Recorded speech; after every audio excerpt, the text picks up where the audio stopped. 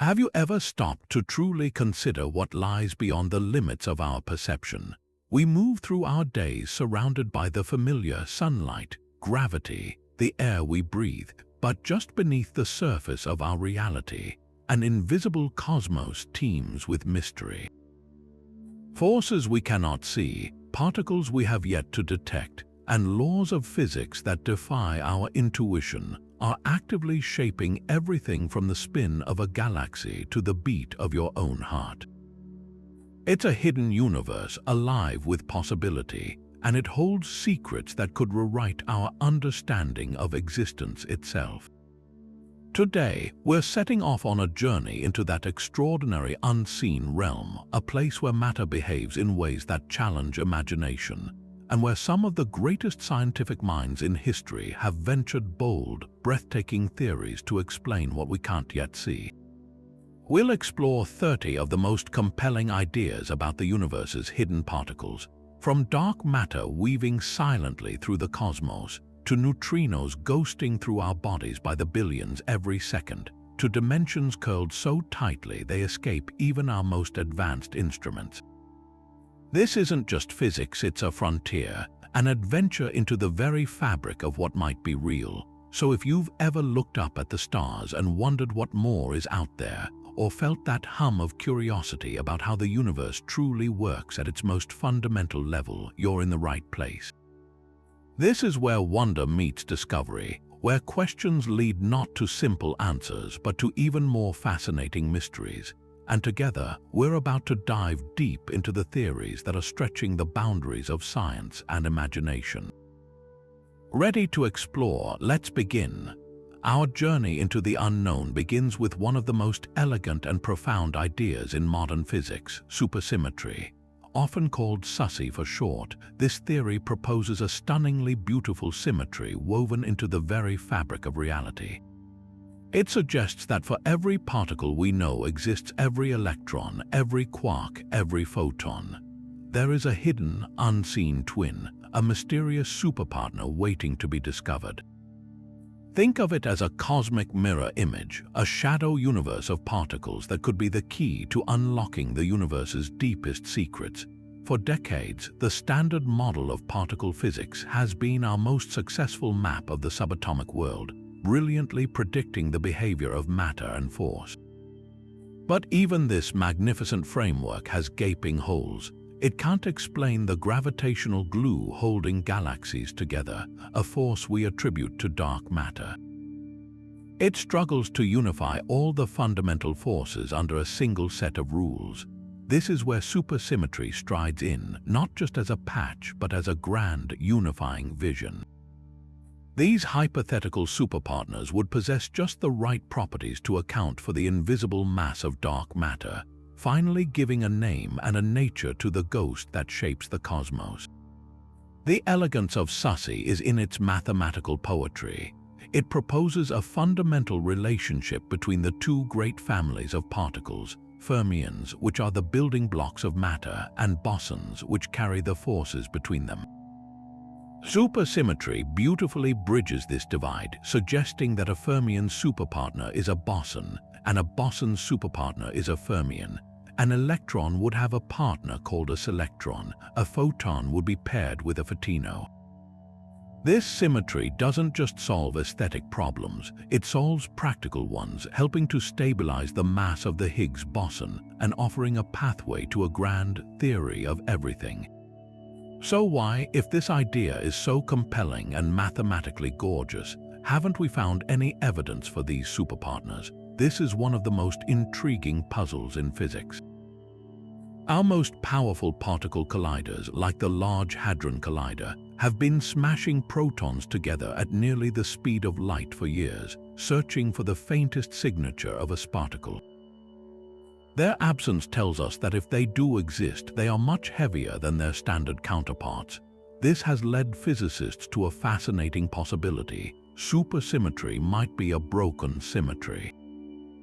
In the pristine energy of the early universe, these particles may have been light and abundant, but as the cosmos cooled and settled, they became incredibly massive, retreating into a hidden sector of reality that our current experiments can only barely graze. Their very elusiveness might be the very clue that points to a reality far richer and more complex than we ever imagined. But if supersymmetry represents a search for heavy, shadowy twins, our next theory takes us in a completely opposite direction, into the realm of the almost impossibly light and wispy. Imagine a particle so ghostly that it could pass through light years of solid lead without a single interaction, yet collectively, trillions of them could be flowing through you at this very moment, providing the invisible scaffolding for our entire universe. This is the tantalizing promise of the axion, a hypothetical particle that has become one of the most compelling candidates for the mysterious substance we call dark matter. The story of the axion begins not with a missing mass in galaxies, but with a puzzling symmetry in the heart of the atom. Physicists have long been captivated by the strong force, the immensely powerful glue that holds atomic nuclei together. The equations describing this force possess a certain symmetry, and for decades it was assumed this symmetry was perfect. But experiments revealed a tiny, almost imperceptible crack in this perfection, a puzzle known as the strong CP problem.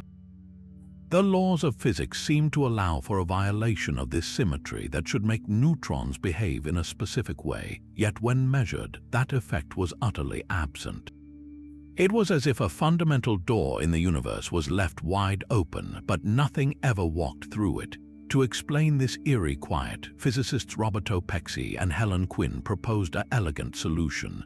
A new, fundamental field that pervades all of space, automatically adjusting to cancel out this effect and restore balance to the equations. And just as ripples in a pond are evidence of water, ripples in this new field would manifest as particles. They named this hypothetical particle the axion, after a brand of laundry detergent, for its ability to clean up a problem in particle physics. What started as a clever fix for a subatomic anomaly soon revealed a far grander potential. Researchers realized that if axions were created in the immense heat of the Big Bang, they would not just be numerous, they would be cold, slow-moving, and incredibly light. This is exactly the behavioral profile needed for dark matter. Unlike the heavy particles predicted by supersymmetry, axions wouldn't clump together to form atoms or stars.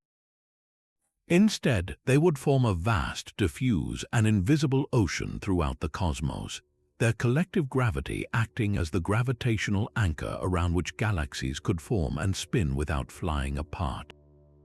In this vision, every galaxy, including our own Milky Way, is nestled inside its own enormous, shimmering bubble of axions. The ghostly nature of the axion is both its defining feature and the greatest challenge to finding it.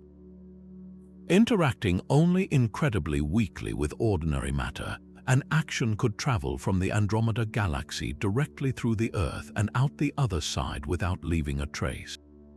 So how do you catch something that refuses to be caught? Scientists have devised brilliantly clever experiments that rely on a subtle predicted interaction. In the presence of a tremendously powerful magnetic field, theory suggests an axion could very rarely convert into a faint photon of microwave light. The hunt, therefore, involves creating massive, supercooled cavities, essentially elaborate radio receivers tuned to listen for the faint, specific whisper of an axion converting into light. Projects like the Axion Dark Matter Experiment, or ADMX, are essentially listening for the signature note of this cosmic ghost in a sea of silence, a needle in a haystack of unimaginable proportions. The pursuit of the axion embodies the creative and persistent spirit of modern physics.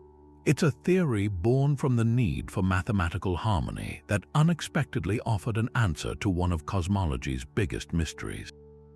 Whether these elusive particles are ever detected, their story highlights a profound truth. Sometimes, the solutions to the universe's greatest puzzles are hiding not in the realm of the heavy and obvious, but in the subtle, the light, and the nearly undetectable. Yet for all their mystery, even regular neutrinos are social butterflies compared to their hypothesized, utterly aloof cousins, sterile neutrinos.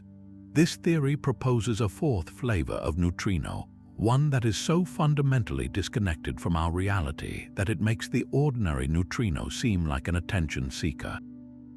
Imagine a particle that is so isolated it doesn't just ignore most matter, it ignores every single fundamental force of nature except for one. It is completely unaffected by the electromagnetic force that gives us light, the strong force that binds nuclei, and even the weak force that allows its neutrino siblings to interact. The only force it cannot escape is the most ubiquitous and weakest of them all, gravity. This is the essence of the sterile neutrino, a ghost of a ghost whose entire existence will be defined not by what it does, but by what it refuses to do. The case for sterile neutrinos arises from a few tantalizing and unresolved quirks in experimental data. For years, physicists have been meticulously measuring how the three known neutrinos oscillate or change flavor as they travel. But several experiments, from those detecting neutrinos from nuclear reactors to those observing a beam of them sent through the Earth, have recorded a curious anomaly. The observed pattern of oscillations doesn't always perfectly match the predictions of the three neutrino model. It's as if a musical chord is being played and most of the notes are correct, but there's a faint, persistent dissonance, a hint of a fourth, unheard note subtly influencing the harmony. This discrepancy is where the sterile neutrino theory finds its foothold, proposing that this fourth particle is mixing with the known neutrinos, ever so slightly altering their dance and creating this enigmatic statistical glitch. Beyond solving a subatomic puzzle, sterile neutrinos present a profoundly compelling candidate for dark matter. Their proposed properties are a perfect match for what cosmologists call warm dark matter. They would be heavier than the known neutrinos, yet not so incredibly massive as some other theoretical particles. This middle ground mass is crucial. It would mean that in the early universe, sterile neutrinos wouldn't have been zipping around at near light speed like their lighter relatives. They would have been moving more slowly, just warm enough to allow galactic structures to form in a way that better matches our observations of the universe's large-scale filamentary web. This could potentially resolve some lingering tensions between simulations of cosmic evolution and the actual universe we see through our telescopes. The hunt for these shadow particles is a testament to human ingenuity, requiring us to look for something by its profound absence. Since sterile neutrinos would only interact through gravity, building a detector to catch one directly is for now a physical impossibility. Instead, scientists are pursuing ingenious indirect methods. One approach involves looking for a specific signature of their decay. If sterile neutrinos exist and have a certain mass, some theories suggest they might slowly, spontaneously decay into an ordinary neutrino and a photon, a particle of light. Astronomers are therefore scouring the X-ray emissions from massive clusters of galaxies, our densest collections of dark matter, searching for a faint, monochromatic spike of energy at a very specific wavelength that cannot be explained by any known astrophysical process. It would be the silent, deep space broadcast of a dark matter particle meeting its end. The pursuit of the sterile neutrino pushes the boundaries of physics into a realm of profound isolation. It asks us to consider a particle that is almost a universe unto itself, passing through ours like a silent, unseen dimension, leaving a gravitational fingerprint but no other trace. Its existence would fundamentally rewrite our understanding of the particle zoo, not by adding just another entry, but by introducing an entire class of matter that lives in near total seclusion from everything else we know. While sterile neutrinos represent one fascinating path in the dark matter maze, the search has long been dominated by a different, heavier kind of contender, the WIMP. Short for weakly interacting massive particles, this theory has been the workhorse of dark matter research for decades, the default candidate that has guided the design of enormous, incredibly sensitive experiments buried deep beneath mountains. The appeal of the WIMP lies in a beautiful piece of cosmic serendipity known as the WIMP miracle. The idea is that if these particles were produced in the ferocious heat of the Big Bang, and if they interact with ordinary matter only through gravity and the weak nuclear force, the same force behind radioactive decay, then their predicted abundance today would almost perfectly match the amount of dark matter we observe holding galaxies together. It's a stunning convergence, a solution to a particle physics problem that also happens to solve one of cosmology's biggest mysteries, all in one elegant package. Envisioning a WIMP is to imagine a particle that is both substantial and profoundly aloof. Theorists suggest they could be hundreds of times more massive than a proton, making them true heavyweights in the subatomic world. Yet their name reveals their defining characteristic. They are weakly interacting. This doesn't mean they are feeble. It means their primary conversation with the normal world is via the weak nuclear force, which has an extremely short range. To a WIMP, the solid Earth is almost entirely transparent. Billions of these massive particles could be streaming through your body every second, and you would never feel a thing. Their enormous mass means even a sparse population of them would generate the immense gravitational pull needed to sculpt the cosmos, while their elusive nature explains why they have remained hidden from view despite their supposed abundance. This compelling theory ignited a decades-long global hunt to catch a WIMP in the act of interaction. Scientists built exquisitely sensitive detectors, often placed a mile underground in abandoned mines or deep tunnels to shield them from the constant rain of cosmic rays and other background noise that could mimic a dark matter signal. The principle behind these experiments is a breathtaking exercise in patience and precision. They use vast vats of ultra-pure liquid xenon or germanium crystals, chilled to incredibly low temperatures and weight. The hope is that once in a blue moon, a passing WIMP will, by sheer chance, bump into the nucleus of an atom in the detector. This tiny collision would produce a minuscule flash of light or a release of charge, a signature that teams of researchers would then work to distinguish from the mundane vibrations and radioactive decays that constantly occur. Despite decades of searching with ever more sensitive apparatus, the results have been a growing puzzle. The detectors have become so incredibly advanced that they can now sense interactions fainter than almost anyone dreamed possible just a few years ago. And yet, the unambiguous ping of a WIMP collision has remained stubbornly absent. Each new generation of experiment has pushed the possible properties of WIMP into a narrower, more constrained box, ruling out vast swaths of territory where they were once thought to comfortably reside.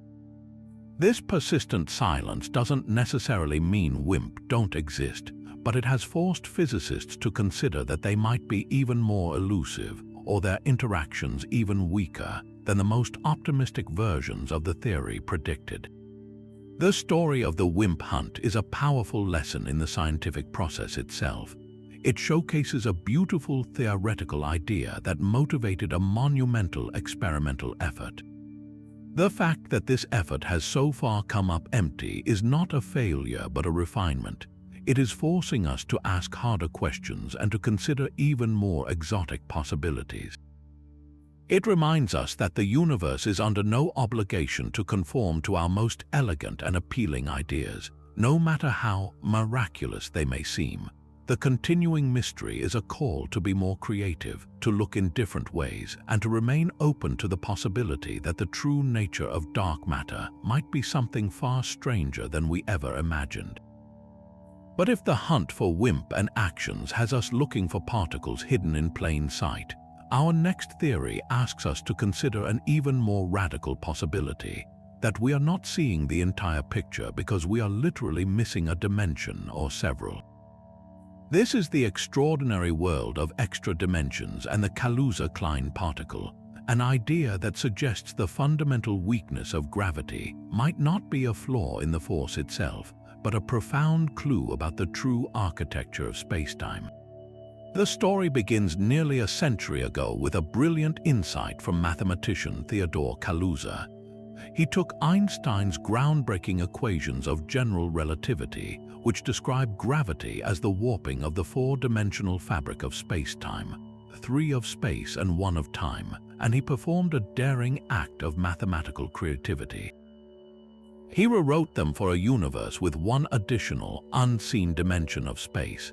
Astonishingly, the equations not only still worked, but they naturally produced a second set of equations that perfectly described James Clerk Maxwell's theory of electromagnetism. In one elegant stroke, Kaluza had seemingly unified gravity and light, not by inventing a new force, but by proposing that the cosmos might simply be roomier than we had ever perceived.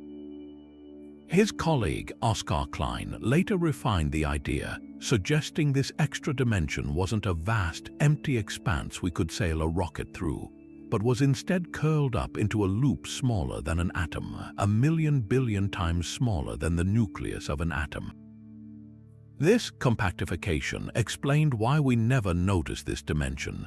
We are simply too large to sense its delicate, circular geometry. Much like an ant walking along a garden hose would see it as a one-dimensional line, completely unaware of the tiny circular dimension curled around its circumference.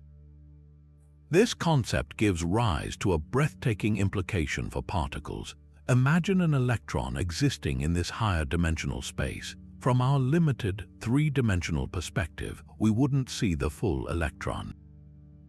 Instead, we would only perceive its shadow, a projection of its true, higher dimensional existence. But here's the truly fascinating part. The way this particle vibrates as it moves around the tiny, curled-up dimension would directly affect the properties we can measure, most notably its mass.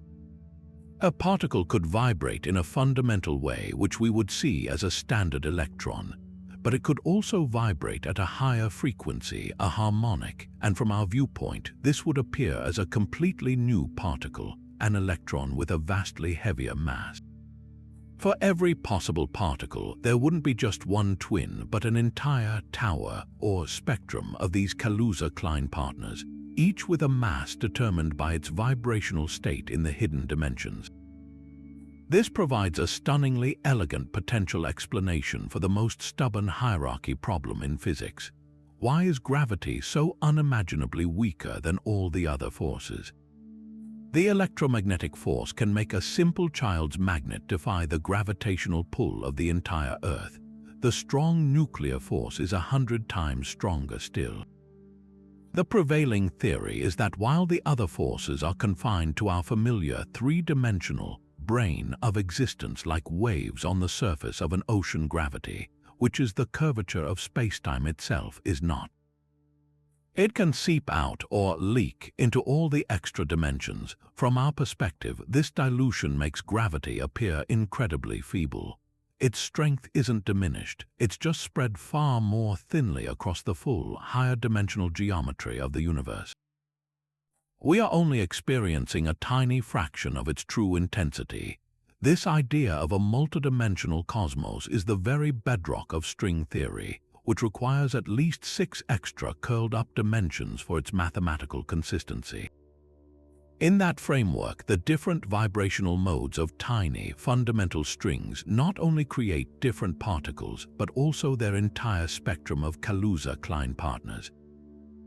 The search for these towers of particles is therefore a direct hunt for evidence that our universe is built on a foundation far grander and more complex than our senses can ever directly reveal.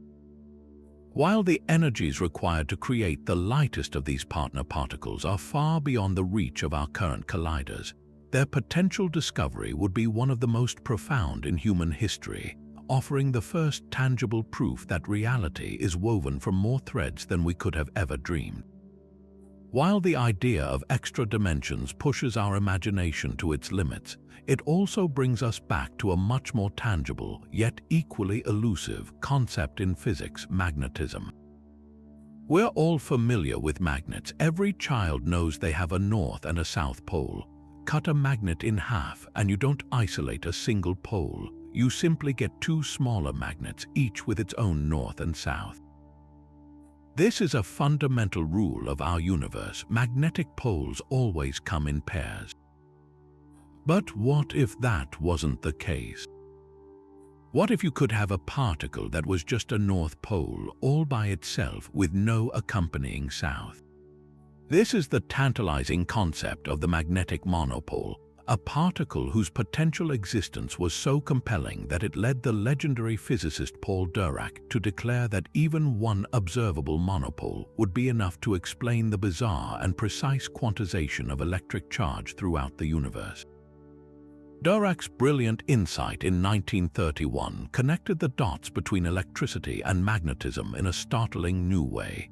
He showed that if even a single magnetic monopole existed somewhere in the cosmos, it would immediately explain why all electric charges in the universe are exact multiples of the electron's charge. It would provide a beautiful, natural reason for why charge is quantized, or comes in discrete, indivisible packets, a fact that otherwise seems like a random, arbitrary rule.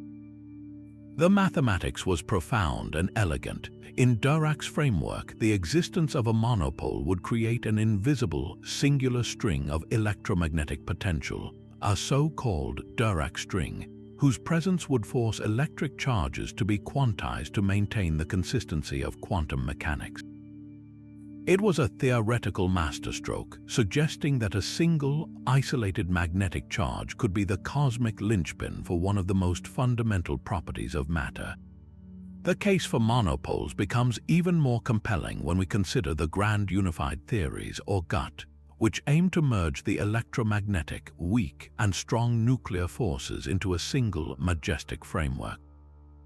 These theories describe the conditions of the universe in the first, incomprehensibly fleeting moments after the Big Bang, when energies were so phenomenally high that these three forces were indistinguishable, fused into one superforce. A critical prediction of nearly all GUTs is that during the subsequent rapid cooling and expansion of the universe, as this unified force began to break into the distinct forces we see today, the fabric of space-time would have undergone a phase transition, not unlike water freezing into ice.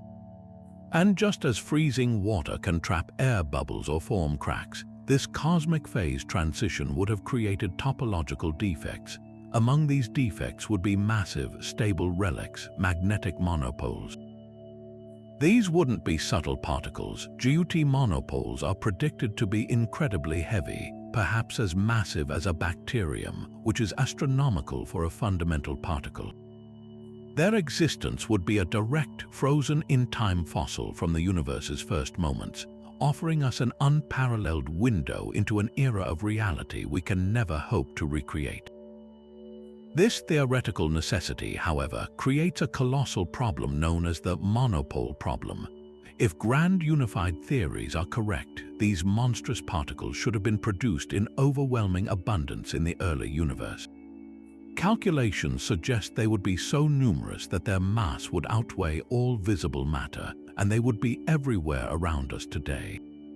Yet, despite decades of searching with increasingly sophisticated experiments, from scanning ancient mica crystals for fossilized tracks to using sprawling superconducting loops to detect their immense magnetic charge, not a single confirmed monopole has ever been found. Their stark absence was one of the key puzzles that led to the development of the theory of cosmic inflation. The idea that the universe underwent a period of exponential expansion that effectively diluted the monopole density to nearly zero, sweeping them so far apart that finding one in our observable universe becomes a needle in a haystack challenge of epic proportions.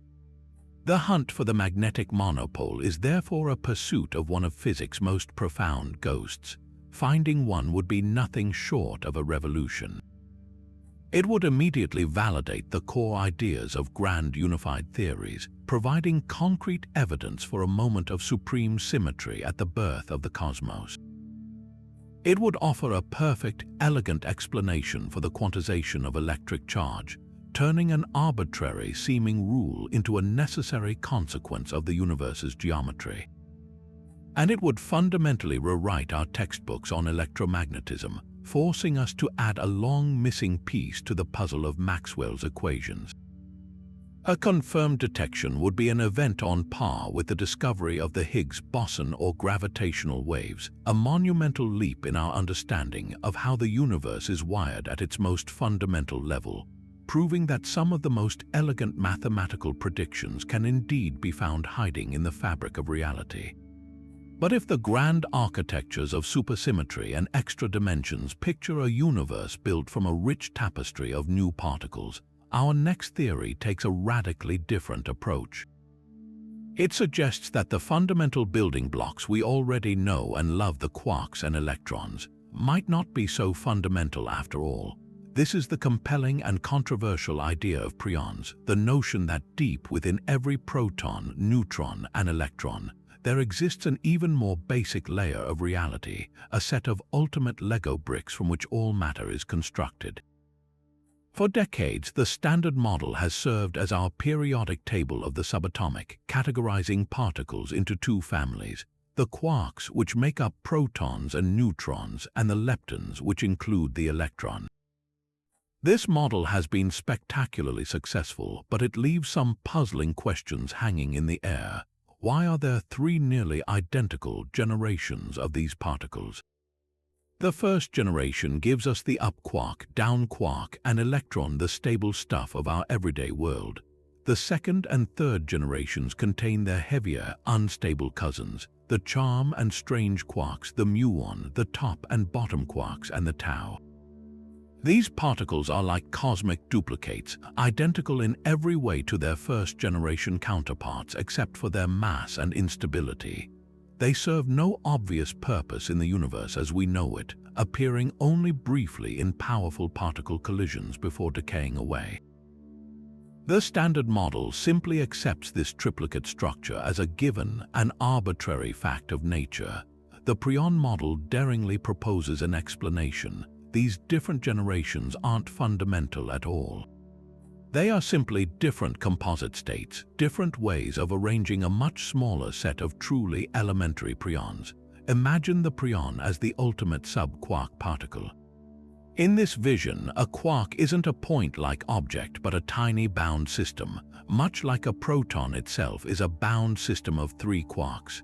A prion theory would posit that all the quarks and leptons of the Standard Model are built from just a few types of these primordial entities, combining in different ways to produce the diverse particles we observe. The appeal is immense. It could provide a beautifully economical description of nature, reducing the dozens of fundamental particles to just a handful of prions and the rules that govern their binding. The different masses and properties of particles would then arise not as arbitrary inputs, but naturally from the different ways these prions are arranged and interact with each other.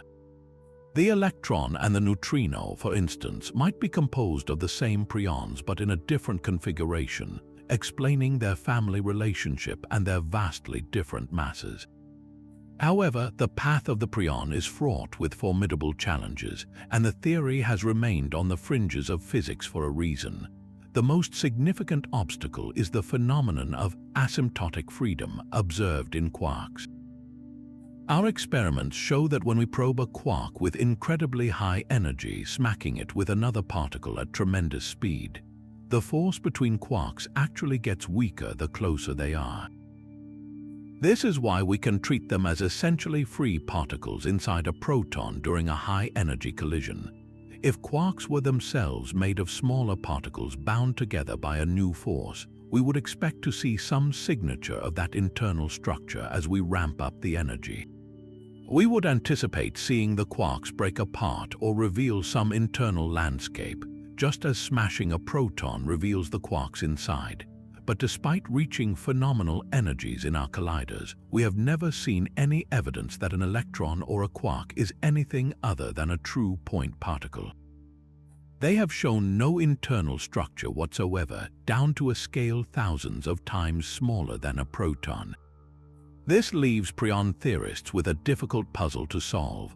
What kind of force could bind prions together so unimaginably tightly that even our most powerful particle smashers cannot glimpse a hint of their existence?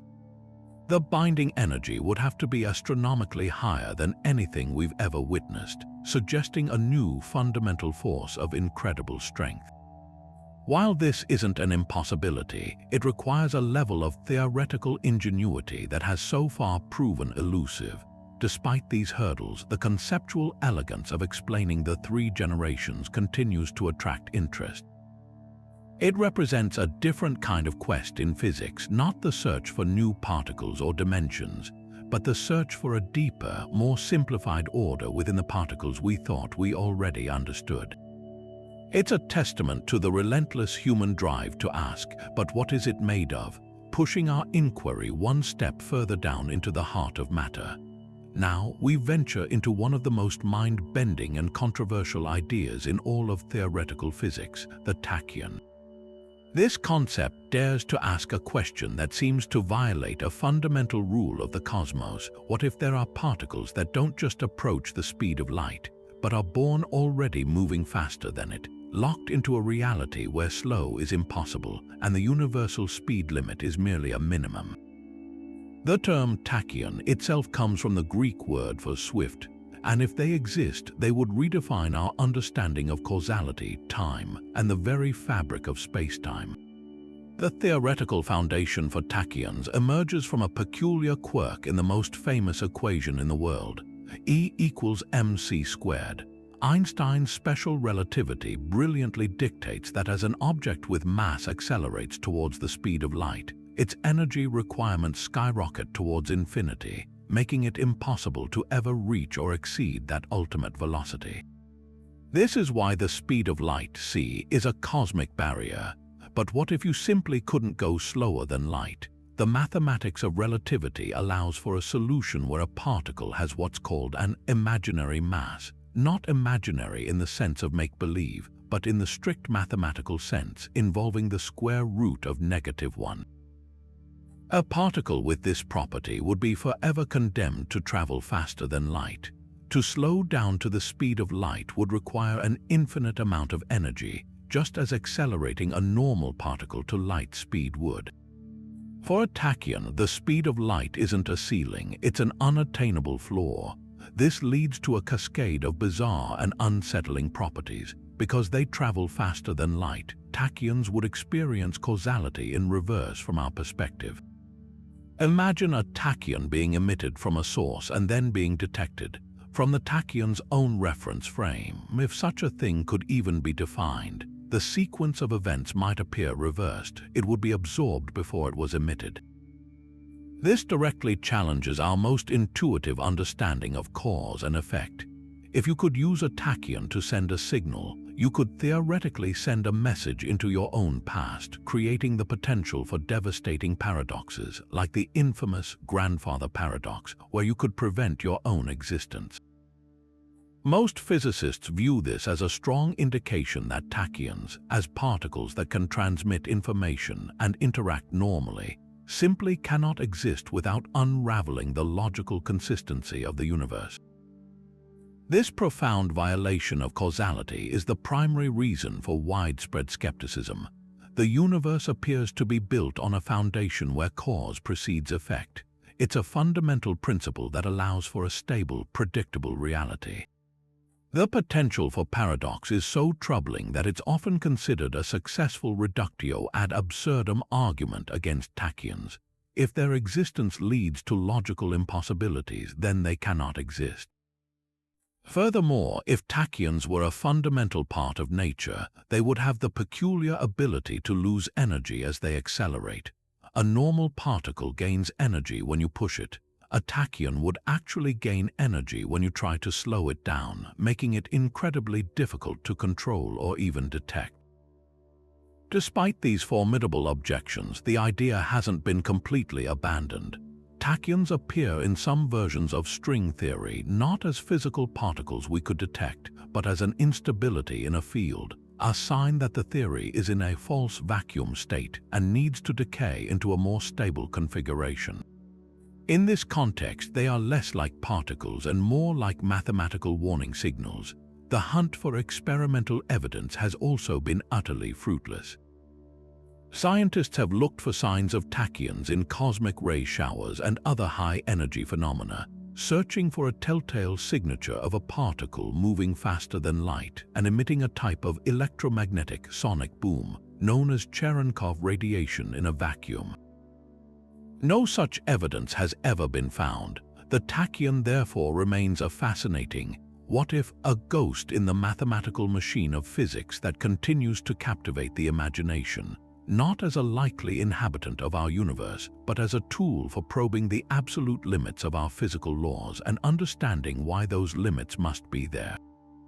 Yet for all the speed and strangeness of tachyons, our next theory brings us back to the one force that is universally familiar, yet remains the most stubbornly mysterious: gravity. It's the force that anchors us to the Earth, that guides the planets in their celestial dance, and that crushes matter into black holes. And yet, within the incredibly successful framework of quantum field theory, the rules that govern every other force and particle, gravity is the glaring, embarrassing outlier. This brings us to the most sought-after and elusive hypothetical particle of all, the graviton, the proposed fundamental messenger of the gravitational force. To understand the graviton, we first need to appreciate the stunning success of the other forces. The electromagnetic force is carried by the photon. The strong nuclear force is carried by gluons. The weak nuclear force is carried by the W and Z bosons.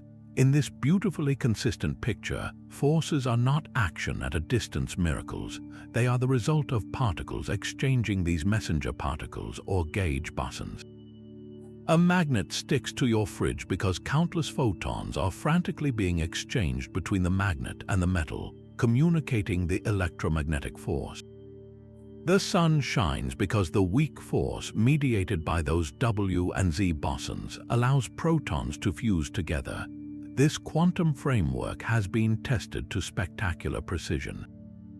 So where is gravity's particle? The graviton is the hypothesized answer.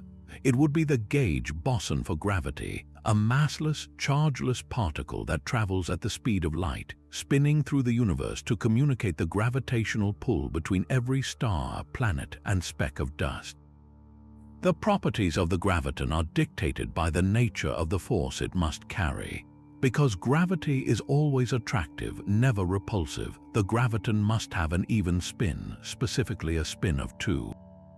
This is in contrast to the photon, which has a spin of 1. This higher spin value is a direct reflection of gravity's unique power to affect not just matter, but the very fabric of spacetime itself, as described by Einstein's general relativity. In a quantum description, just as a photon is a quantized packet of electromagnetic energy, a graviton would be a quantized packet of spacetime curvature, a tiny, fleeting ripple in the geometry of the universe itself. The detection of gravitational waves by LIGO in 2015 was a monumental step toward this idea. Those waves are, in a classical sense, waves of gravity. In a purely quantum view, one could imagine those waves as being composed of a vast number of gravitons, all moving in concert, much like a beam of light is composed of innumerable photons. But here we arrive at the monumental challenge. Why is detecting a single graviton considered by many to be practically impossible? The problem lies in the astonishing weakness of the gravitational force. Gravity is roughly 10 to the power of 40 times weaker than the electromagnetic force. This means the probability of a single graviton interacting with a particle of matter is almost infinitesimally small. To have any reasonable chance of detecting one, you would need a detector of almost unimaginable scale. One famous thought experiment suggests a graviton detector would need to be so massive and sensitive that it would actually collapse under its own gravity into a black hole long before it ever registered a signal. The energy required to produce and study individual gravitons in a particle collider is similarly mind-boggling. It would require an accelerator the size of the entire Milky Way galaxy, operating at energies far beyond anything we could ever hope to achieve. This profound disconnect is the central conflict of modern physics. We have two incredibly successful but fundamentally incompatible theories: quantum field theory, which rules the microscopic world with probabilistic perfection, and general relativity, which describes the cosmic dance of planets and galaxies with geometric elegance. The graviton is the hypothetical bridge between these two worlds. Finding it would represent the ultimate unification, proving that gravity, too, plays by the quantum rules. Its continued elusiveness, however, forces physicists to consider even more radical possibilities: that our understanding of quantum mechanics is incomplete, or that gravity is not a fundamental force to be quantized at all, but an emergent phenomenon, a side effect of the universe's underlying thermodynamics, much like temperature emerges from the motion of atoms. The search for the graviton, therefore, is about far more than finding another particle. It is a quest for the final piece of the puzzle, the key to a complete theory of everything. This brings us to a concept that could illuminate an entire hidden cosmos operating right alongside our own: the dark photon. We're all familiar with the ordinary photon, the massless particle of light that carries the electromagnetic force, allowing us to see, powering our technology, and holding atoms together. But what if there exists a shadowy counterpart to this familiar messenger? A dark photon would be just that, a force carrier for a hypothetical dark sector, a whole universe of particles that, like dark matter, feels forces entirely separate from our own. It would be the light in a world we cannot see, mediating interactions between dark matter particles in the same way our photon allows electrons to interact. The motivation for the dark photon theory is a powerful blend of elegance and necessity. We have overwhelming evidence that dark matter exists and that it interacts gravitationally. But does it do anything else? Could dark matter particles interact with each other through their own version of the electromagnetic force? If so, they would need a particle to carry that force, a dark photon. This idea is compelling because it suggests a beautiful symmetry in nature. Just as our visible universe is built on a framework of matter interacting through forces carried by particles like photons and gluons, the dark sector could have its own rich, complex structure with its own forces and particles, completely invisible to us except through gravity. This could solve several puzzles, such as how certain dark matter distributions in dwarf galaxies appear smoother than our simulations predict. Perhaps dark forces allow these particles to interact and dissipate energy, creating a more even spread. The most tantalizing possibility is that this dark sector might not be completely isolated. While the dark photon would not interact directly with our matter through electromagnetism, there could be a tiny, subtle mixing between it and our ordinary photon. Imagine two different languages that share a few common words. This kinetic mixing would act as a fragile bridge between our world and the dark sector, allowing a dark photon to very rarely convert into an ordinary photon and vice versa. This tiny portal is the key to our entire experimental strategy. It means that even though we are blind to the dark sector itself, we might be able to sense its light by looking for the faint, unexpected appearance of ordinary photons where none should be. This leads to some of the most creative experiments in modern physics. One approach is to look for light shining through a wall. Researchers create a powerful beam of ordinary photons and fire it at an impermeable barrier. On the other side of that barrier sits an exquisitely sensitive detector designed to catch any single photon that might appear. According to standard physics, nothing should get through. But if a few of the photons in the beam oscillate into their dark photon cousins due to kinetic mixing, they could ghost right through the solid wall unaffected by it. Once on the other side, a few of those dark photons could then oscillate back into detectable ordinary photons, creating a mysterious signal of light that seemingly teleported through a barrier. Another method involves searching for anomalies in the behavior of elementary particles. For instance, when an electron and its antimatter counterpart, a positron, annihilate, they typically produce a predictable spray of ordinary photons. But if a dark photon exists, this process could occasionally produce one of these hidden particles instead, leading to a missing energy signature in the detector. By meticulously measuring the energy and momentum of particles before and after collisions, Scientists can hunt for these tiny deficits, which would be the cosmic fingerprint of a dark photon carrying away energy into the hidden world. The hunt for the dark photon represents a profound shift in how we search for the unknown. We are no longer just looking for a missing piece of matter. We are searching for an entire hidden physics, a parallel set of laws and interactions that governs most of the matter in the universe. Finding a dark photon would be like discovering that a vast, silent city has been thriving in the shadows next to our own, with its own streets, its own communication networks, and its own rules. It would instantly open a window into 85% of the universe that has until now been nothing but a gravitational ghost, transforming our understanding of reality from a single, visible stage into a complex, multi-layered cosmos teeming with unseen activity. Now we turn to a concept so strange it seems to defy the very logic of existence itself: the Majorana fermion, a particle that is mysteriously its own worst enemy. In our known universe, every fundamental particle has an antiparticle, a mirror twin with opposite charge. The electron has the positron, the proton has the antiproton, and when a particle meets its antiparticle, they annihilate each other in a flash of pure energy. It's a fundamental cosmic balance, but in the 1930s, the brilliant Italian physicist Majorana peered into the mathematical heart of quantum theory and found a breathtaking loophole. He showed that for certain particles with no electric charge, there was no need for this separate twin. A particle could, in theory, be its own antiparticle.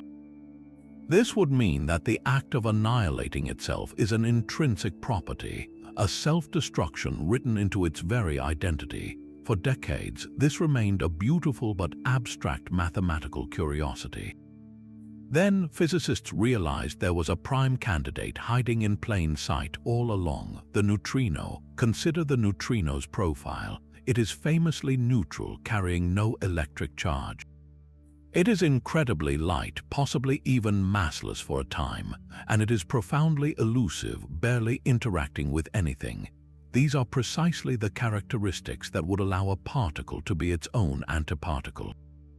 If the neutrino is a Majorana particle, then the distinction between a neutrino and an antineutrino vanishes.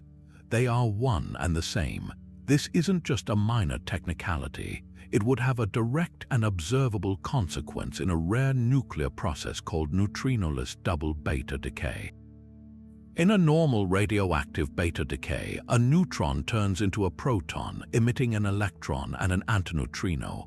In some unstable nuclei, two neutrons can undergo beta decay simultaneously. This is double beta decay, and it emits two electrons and two antineutrinos. But if the neutrino is its own antiparticle, a profound shortcut becomes possible. One of the emitted antineutrinos could be immediately reabsorbed as a neutrino, annihilating itself in the process. The result, a decay that emits only two electrons and no neutrinos at all.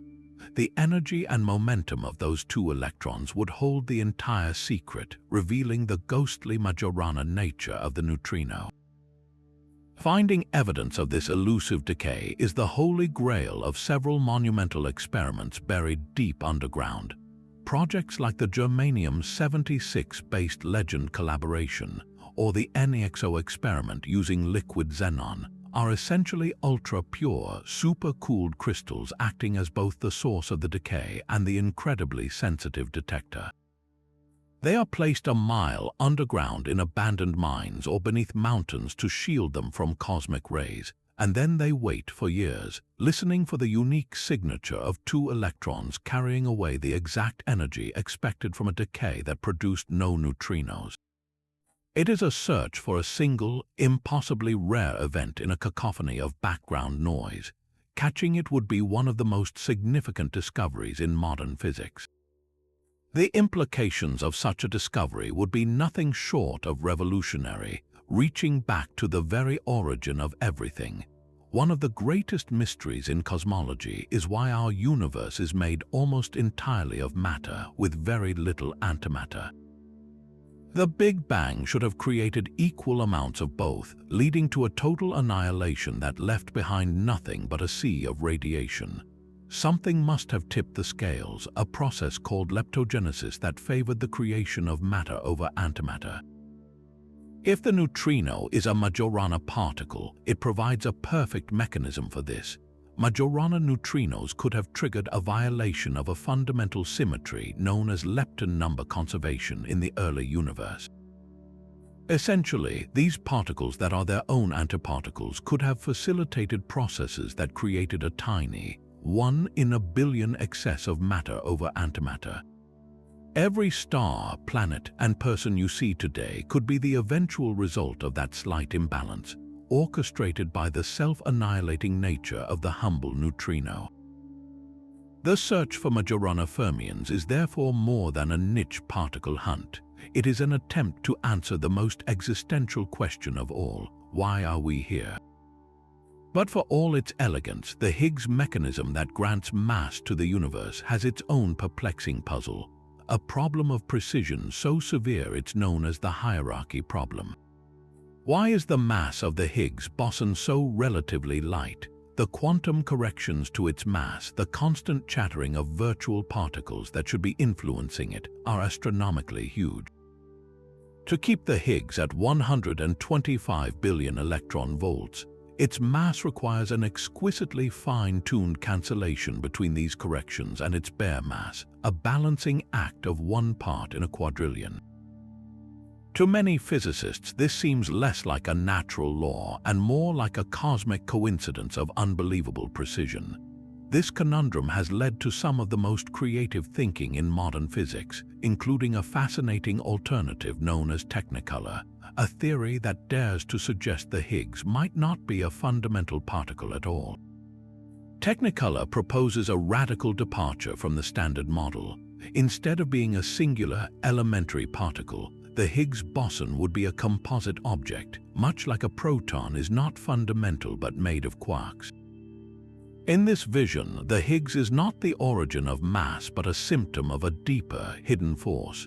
The theory gets its name from a clever analogy to quantum chromodynamics, or QCD, the theory of the strong force that binds quarks together.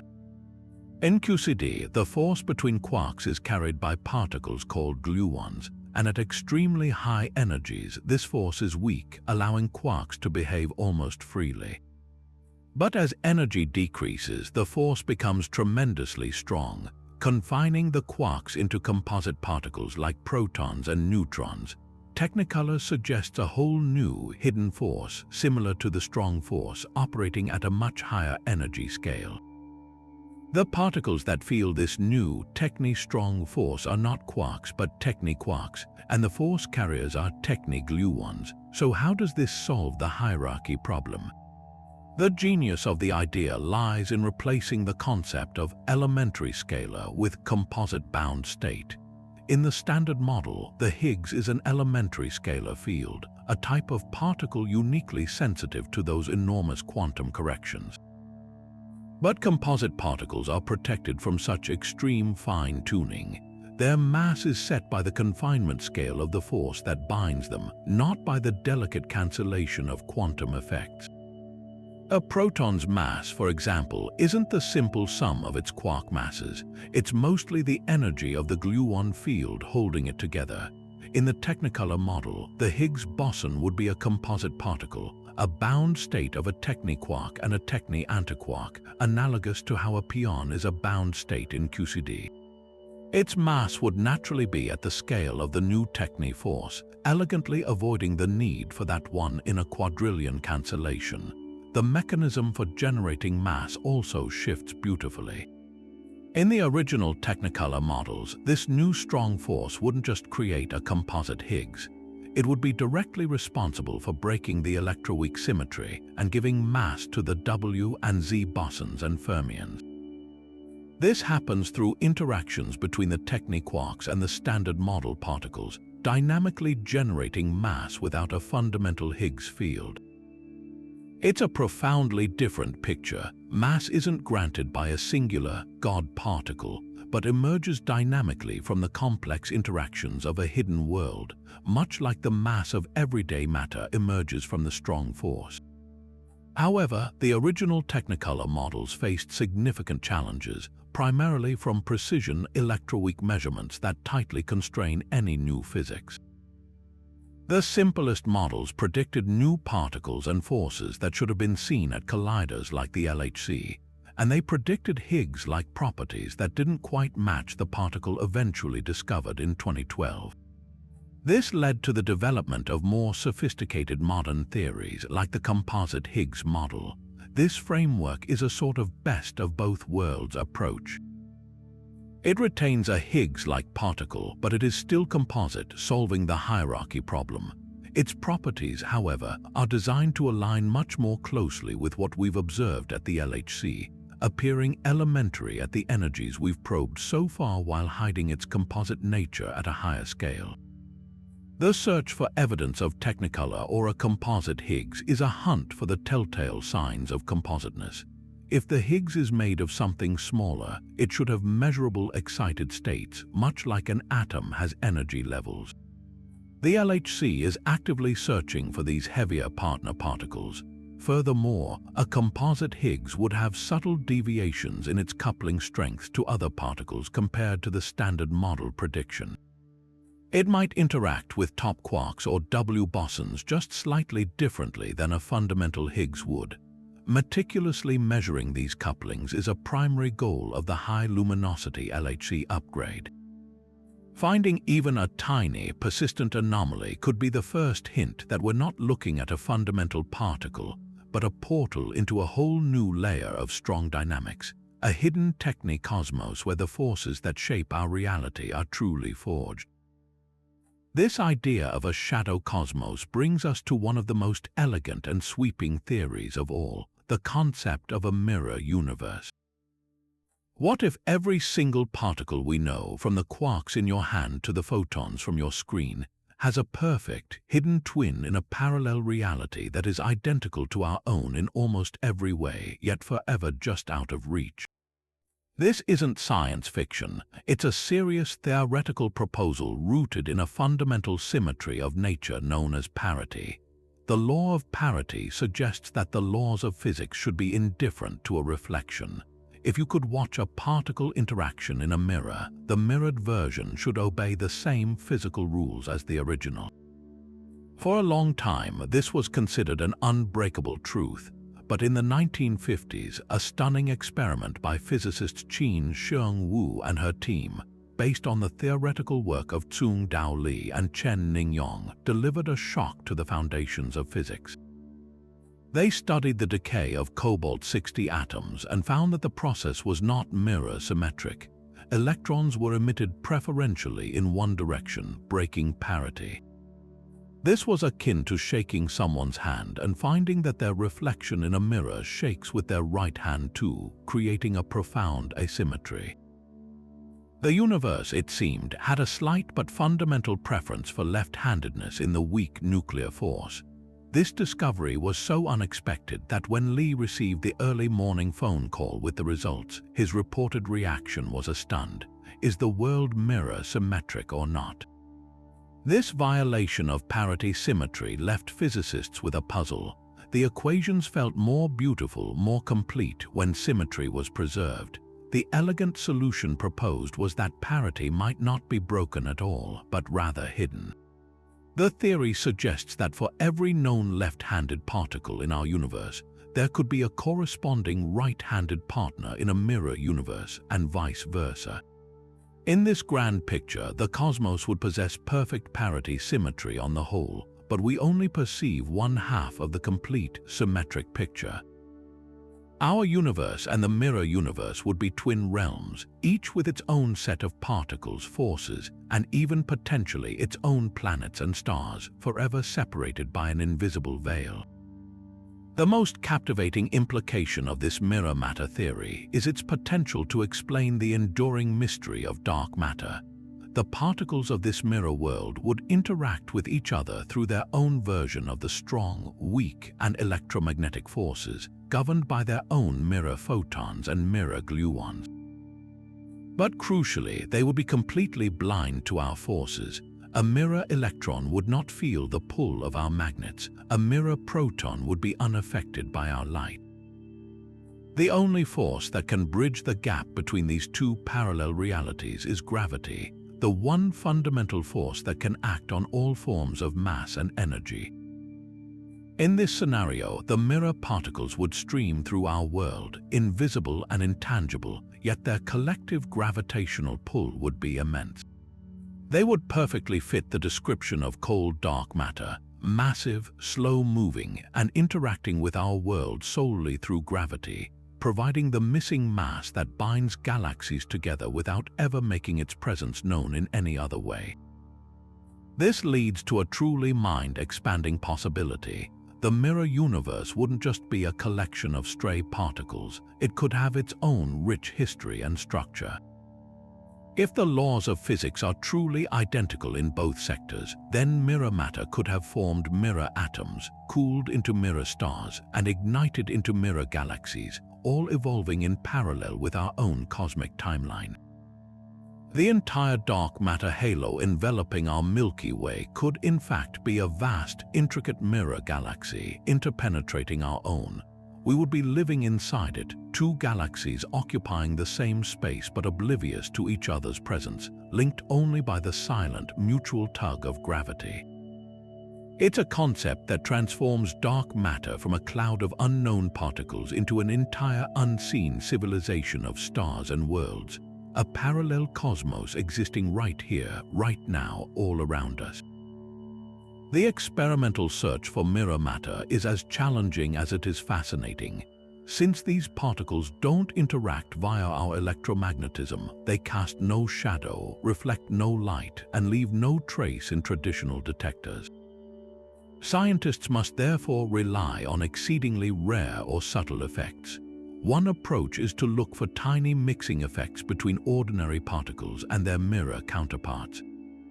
For instance, if there is a minuscule coupling between our photon and the mirror photon, it could allow a regular particle to oscillate into a mirror state, effectively vanishing from our universe and carrying away a tiny amount of energy. Experiments are searching for this by looking for the unexplained disappearance of photons from a vacuum chamber or for neutrons that seem to vanish during magnetic trapping experiments. Finding even a single, statistically significant instance of such an event could be the first whisper from the mirror world, a crack in the veil between our reality and its perfect, hidden twin. But what if the hidden sector isn't just filled with different particles, but is governed by an entirely different set of rules? Rules where the very concept of mass and scale breaks down. This brings us to one of the most bizarre and mind-bending ideas in theoretical physics, the concept of unparticles, proposed by Howard Georgi in 2007. This theory dares to imagine a hidden sector of reality that is scale invariant, a realm where particles, as we understand them, don't even exist. To grasp this, we first need to understand scale invariance. In our everyday world, scale matters immensely. The laws that govern a solar system are different from those that govern an atom. A massive object has a well-defined mass and size, but imagine something that looks the same no matter how closely you zoom in or zoom out. A perfect fractal is a classic example. A tiny piece of it looks identical to the whole structure. Unparticle physics proposes that a hidden sector of the universe could have this exact property. It wouldn't be made of discrete particles with specific masses, but of a peculiar, stuff-like substance that has no single defined mass or scale. It's a sector that doesn't play by the normal rules of particle physics. This strange behavior arises if the hidden sector has a very specific type of quantum field theory that becomes conformal or scale invariant at very high energies. In this state, there are no individual particles, just a continuous fog-like substance. Their unparticles are the manifestations of this sector when it interacts with our own. So, what would you see if you could probe this stuff? Rather than detecting a clear particle with a specific mass, you would detect something with a continuous spectrum of mass. It wouldn't create a sharp peak in a detector, the telltale signature of a new particle like the Higgs boson. Instead, it would show up as a smooth, continuous smear of energy and momentum, a signal without a defined identity. The potential signatures in high-energy collisions are as strange as the theory itself. In an experiment like the Large Hadron Collider, physicists might see events where a known particle, like an electron and a positron, annihilate and then simply vanish. Not into a specific new particle, but into this scale-invariant unparticle stuff. The detector would register a profound and inexplicable lack of anything, a perfect missing energy signal that doesn't correspond to any known particle's mass. It would be the ultimate cosmic ghost, not even having the decency to be a proper particle. Other signatures could involve the precise measurements of well-known processes, like the behavior of electrons in a magnetic field, exhibiting tiny, persistent deviations from the predictions of the standard model, deviations that point to the subtle, smeared-out influence of this scale-invariant background. The implications are staggering. If unparticles exist, they would represent a fundamental crack in our understanding of matter itself.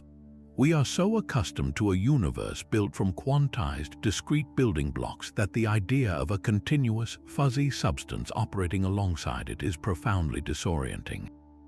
It challenges the very language we use to describe reality.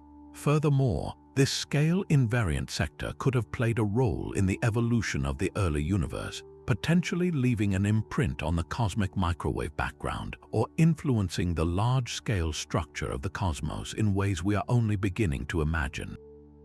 While firmly in the realm of highly speculative physics, the unparticle idea is a powerful reminder that the hidden layers of the universe might be far weirder than just a collection of unseen particles. They might be governed by principles so alien that they defy the foundational concepts of mass and matter as we know them. Yet as we contemplate the scale-invariant fog of unparticles, we encounter a theory that offers a different kind of hidden structure, a secluded world of particles known as the Hidden Valley. This evocative name paints a picture of an entire sector of reality, a lush, complex landscape of particles and forces that is completely separate from our own, existing in a valley hidden behind a towering energy barrier. The particles in this valley don't interact with ours through the strong, weak, or electromagnetic forces.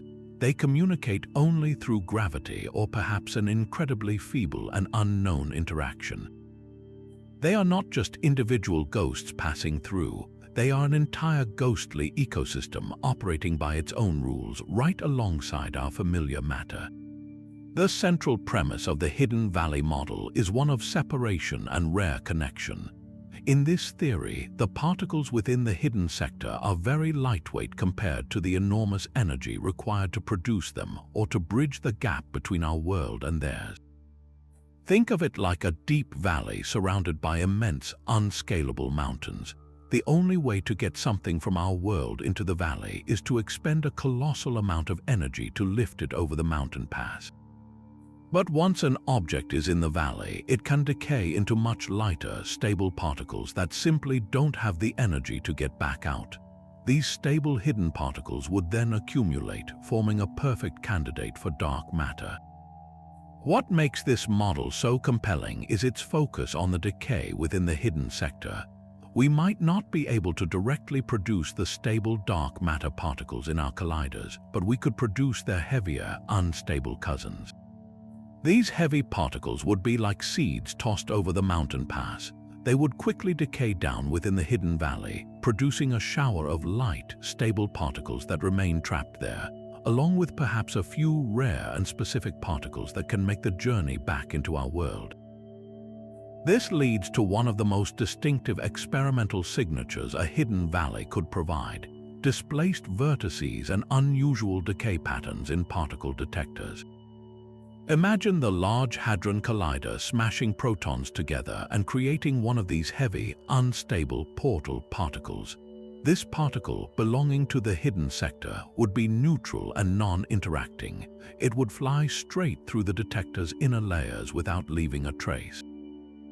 But after traveling a measurable distance, perhaps several millimeters or even centimeters, it would then decay back into familiar standard model particles like an electron and a positron. The detector would see these particles suddenly appearing out of nowhere, emanating from a point in empty space well away from the original proton collision. This telltale displaced vertex is a hallmark of a long-lived particle, and in the context of a hidden valley, it would be the signature of a messenger briefly crossing the mountainous barrier between worlds before decaying back into something we can see. The theory also offers a potential explanation for certain persistent astrophysical anomalies that don't fit neatly into the standard model. For instance, an excess of positrons detected by instruments like the Alpha Magnetic Spectrometer on the International Space Station could be the result of dark matter annihilations. In a hidden valley scenario, the stable dark matter particles could occasionally annihilate with each other, not directly into electrons and positrons, but into those heavy portal particles. These would then cross the barrier and decay into the positrons we detect. This two-step process could naturally account for the observed energy spectrum of these cosmic rays in a way that direct annihilation sometimes struggles to. It provides a flexible and rich framework for explaining why dark matter signals might be both present and yet frustratingly indirect and subtle. The beauty of the hidden valley concept is its versatility and its power to explain not just what dark matter is, but why it is so hidden. It posits that darkness is not a property of the particles themselves, but a consequence of the landscape they inhabit. The immense energy barrier explains why we don't see these particles in everyday life or even in most high-energy collisions. It requires a very specific high-energy event to produce the key that unlocks the gate to the valley, and even then, only a few fragments from the resulting decay might ever spill back out into our observable realm. It transforms the mystery of dark matter from a simple missing particle into a question of cosmic geography, suggesting we live in a universe with secluded, parallel worlds of matter that are separated from us not by space, but by the very laws of energy that govern their access. Now, let's shift our perspective from fundamental particles to something far more exotic and structured, cosmic artifacts known as solitons. Imagine a wave on the ocean that refuses to dissipate, maintaining its shape and energy as it travels vast distances without losing its form. In physics, such a stable, self-reinforcing wave is called a soliton, a solitary wave packet that behaves almost like a particle itself. But what if some of the most massive and stable structures in the universe aren't fundamental particles at all, but rather giant, exotic blobs of energy that have existed since the dawn of time? This is the fascinating realm of Q-balls, a specific type of non-topological soliton that presents one of the most creative and compelling candidates for the dark matter that holds our galaxies together. Unlike the point-like particles of the standard model, a Q-ball is an extended object, a dense, spherical lump of field energy that can be cosmically large or subatomically small. The Q stands for a conserved charge like baryon number that gets trapped within this ball of field. Think of it like a bubble in a drink, but this bubble isn't filled with air. It's filled with a concentrated form of a scalar field, the same type of field that gives us the Higgs boson. What makes a Q-ball so incredibly stable is a perfect and elegant balance between its energy and its charge. For a given amount of charge, the Q-ball configuration represents the state of lowest possible energy. It's the most comfortable, relaxed state that charge can be in. This makes it extremely difficult to destroy. To break apart a Q-ball, you would have to put enough energy into it to force its constituent charges into a higher energy, less favorable state, which they naturally resist. This inherent stability means a Q-ball created in the extreme conditions of the early universe could easily survive for billions of years, drifting through the cosmos completely unscathed. The formation of these objects is a story written in the fiery first moments after the Big Bang. As the universe expanded and cooled, it underwent a series of profound phase transitions, not unlike water freezing into ice. During these transitions, the fundamental fields that permeate all of space suddenly settled into new, lower energy states. But this settling process wasn't always smooth and uniform. In some regions, pockets of the older, higher energy field could have become trapped, like air bubbles trapped in ice. These misaligned pockets, rich in concentrated charge, would naturally crumple and collapse under their own pressure, smoothing themselves out into the stable, spherical configurations we call cue balls. In this way, the violent chaos of the infant cosmos could have frozen into existence countless numbers of these exotic fossils, each one a stable, massive relic of a more symmetric age. The properties of cue balls make them a phenomenally attractive candidate for dark matter. Because they are extended objects, they could possess an enormous mass, ranging from that of a small asteroid all the way down to a subatomic particle, depending on the underlying theory. This incredible mass range means that a relatively small number of very heavy cue balls could account for all the dark matter in a galaxy like our Milky Way. You wouldn't need trillions of them streaming through you every second. Instead, a single asteroid mass cue ball might pass through the entire Earth only once every few thousand years. Their weak interactions are another key feature. A cue ball might carry a baryonic charge, but it wouldn't interact via the electromagnetic or strong forces in any significant way, making it utterly invisible to light and nearly impossible to detect through conventional means. It would reveal itself only through its immense gravitational pull. This leads to one of the most thrilling aspects of the theory, the potential for detection through utterly catastrophic means. If a sufficiently large cue ball were to collide with a planet or a star, the result wouldn't be a gentle bump. Because a cue ball is a coherent state of a scalar field, it could catalyze the decay of ordinary matter into its own constituent field. If it passed through a body like the Earth, it could, in theory, trigger a chain reaction that converts the protons and neutrons of normal matter into more cue ball stuff. This process would release a tremendous amount of energy, effectively causing the planet to explode from the inside out.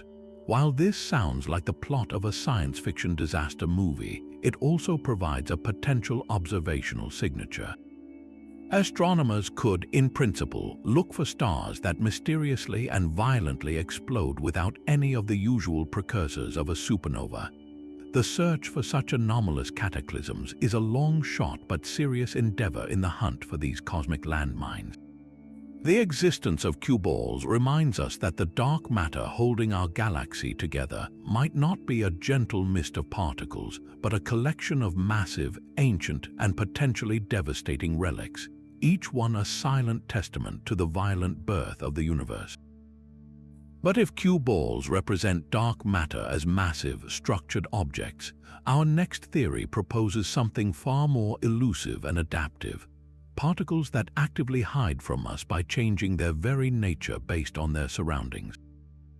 This is the fascinating and ingenious concept of chameleon particles, a hypothesis that suggests dark energy might not be a constant force of nature, but rather the effect of a field made from particles that are masters of disguise, whose properties shift to evade our detection.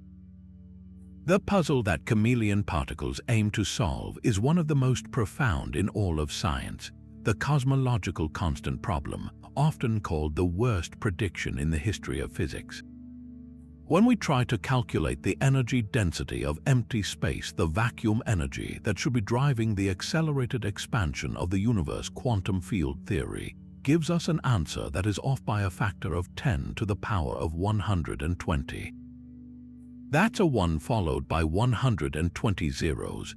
It's an error so astronomically large it's like measuring the distance from your hand to your coffee cup and getting an answer that suggests it's farther than the observable universe. This staggering disconnect implies that something is either terribly wrong with our theories, or something is actively suppressing the effect of this vacuum energy. Chameleon particles offer a compelling and elegant solution to this fine-tuning nightmare. The core idea is breathtakingly simple yet profound. What if the particle responsible for dark energy has a mass that is not fixed, but that depends on the density of its environment? In the near-perfect vacuum of outer space, where matter is incredibly sparse, the chameleon particle would be very light and have a long range, allowing its energy to push galaxies apart at an accelerating rate. But here on Earth, or inside our solar system, where the density of matter is relatively high, the particle would become incredibly heavy and its range would shrink to a microscopic scale. This environmental dependency acts as a natural cloak. In our matter-rich neighborhood, the chameleon field effectively shuts off, hiding its effects and making it extraordinarily difficult to detect locally, which is exactly why our Earth-based experiments have never measured its influence. This behavior is where the theory gets its name, drawing a perfect analogy to the reptile that changes its color to blend into its background. A chameleon particle seamlessly adjusts its mass to match its surroundings, ensuring it remains hidden in high-density environments like our planet. This elegant mechanism automatically solves the fine-tuning problem. There's no need for a miraculous cancellation of 120 orders of magnitude. The particle's mass naturally adapts to make its effects vanish in our local, dense environment, while allowing it to dominate and drive cosmic acceleration in the vast, empty deserts of intergalactic space. The hunt for these shape-shifting particles is as clever as the theory itself. Since they will be effectively screened in Earth's dense environment, scientists must design experiments that create a tiny, ultra-low-density vacuum within our high-density world. The most promising experiments involve incredibly precise atomic instruments. One method uses an ultra-high vacuum chamber, a region of near-nothingness, and places a small, dense object inside it, like a marble in a cathedral. The theory predicts that the chameleon field should be slightly less suppressed in the large vacuum chamber than it is inside the dense marble. This creates a gradient in the field's strength, a subtle force that would push the marble toward the center of the vacuum chamber. By monitoring a small test mass with exquisitely sensitive sensors, researchers hope to measure this minuscule force, which would be the telltale signature of a chameleon particle pushing against matter. Other experiments search for their effects using neutron interferometry, looking for tiny changes in the quantum phase of neutrons caused by their interaction with the chameleon field as they pass through regions of varying density. While no definitive signal has been found yet, each new experiment places tighter constraints on the possible properties of these elusive particles, gradually narrowing down the territory where they could be hiding. The pursuit of the chameleon is a beautiful example of theoretical creativity inspiring experimental ingenuity, a quest to find an entity that, by its very definition, is designed to evade all our usual methods of detection. It transforms the mystery of dark energy from a problem of inexplicable numbers into a thrilling cosmic game of hide and seek, where the hidden player changes the rules based on exactly where we are looking. But what if dark matter isn't quite as dark as we've been assuming? This brings us to a fascinating and slightly heretical twist in the cosmic mystery, the theory of magnetic dark matter. For decades, the central dogma has been that dark matter is completely inert, interacting with our world only through the silent, pervasive pull of gravity. But what if that's only half the story? What if some component of this hidden substance possesses a faint, residual electromagnetic charge, allowing it to feel and exert a subtle influence through the universe's most familiar force? This isn't about dark matter glowing in the dark. It's about it having just enough electromagnetic personality to leave a trace beyond gravity. The motivation for this idea comes from a closer look at the architecture of galaxies themselves. While the overall presence of dark matter is undeniable, some of the finer details in our observations don't perfectly match the predictions of the simplest, cold and collisionless models. For instance, certain small, faint dwarf galaxies show a distribution of dark matter that is surprisingly smooth and spread out, lacking the dense, cusp-like core that computer simulations often predict. It's as if something is gently stirring the pot, preventing the dark matter from clumping together as sharply as it should. One elegant explanation is that a small fraction of dark matter particles carry a tiny electric charge or a minuscule magnetic moment. This would allow them to interact with each other through a faint dark electromagnetism, or even with the pervasive magnetic fields that weave through interstellar space.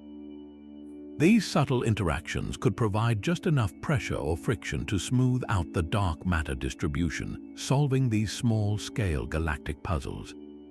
Imagine a scenario where, just after the Big Bang, a fraction of the dark matter particles acquired what physicists call a milli-charge, an electric charge 1,000 times smaller than that of an electron. This tiny charge would be too weak for these particles to bind with normal atoms or to be seen by our telescopes, but it would be enough for them to feel the drag of cosmic magnetic fields. As galaxies formed and evolved, these charged dark matter particles would be sculpted not just by gravity, but by this electromagnetic influence as well. They might be funneled along the magnetic field lines that arc between stars, or gently pushed away from the densest regions of plasma, creating a more diffuse and even halo than their completely neutral counterparts.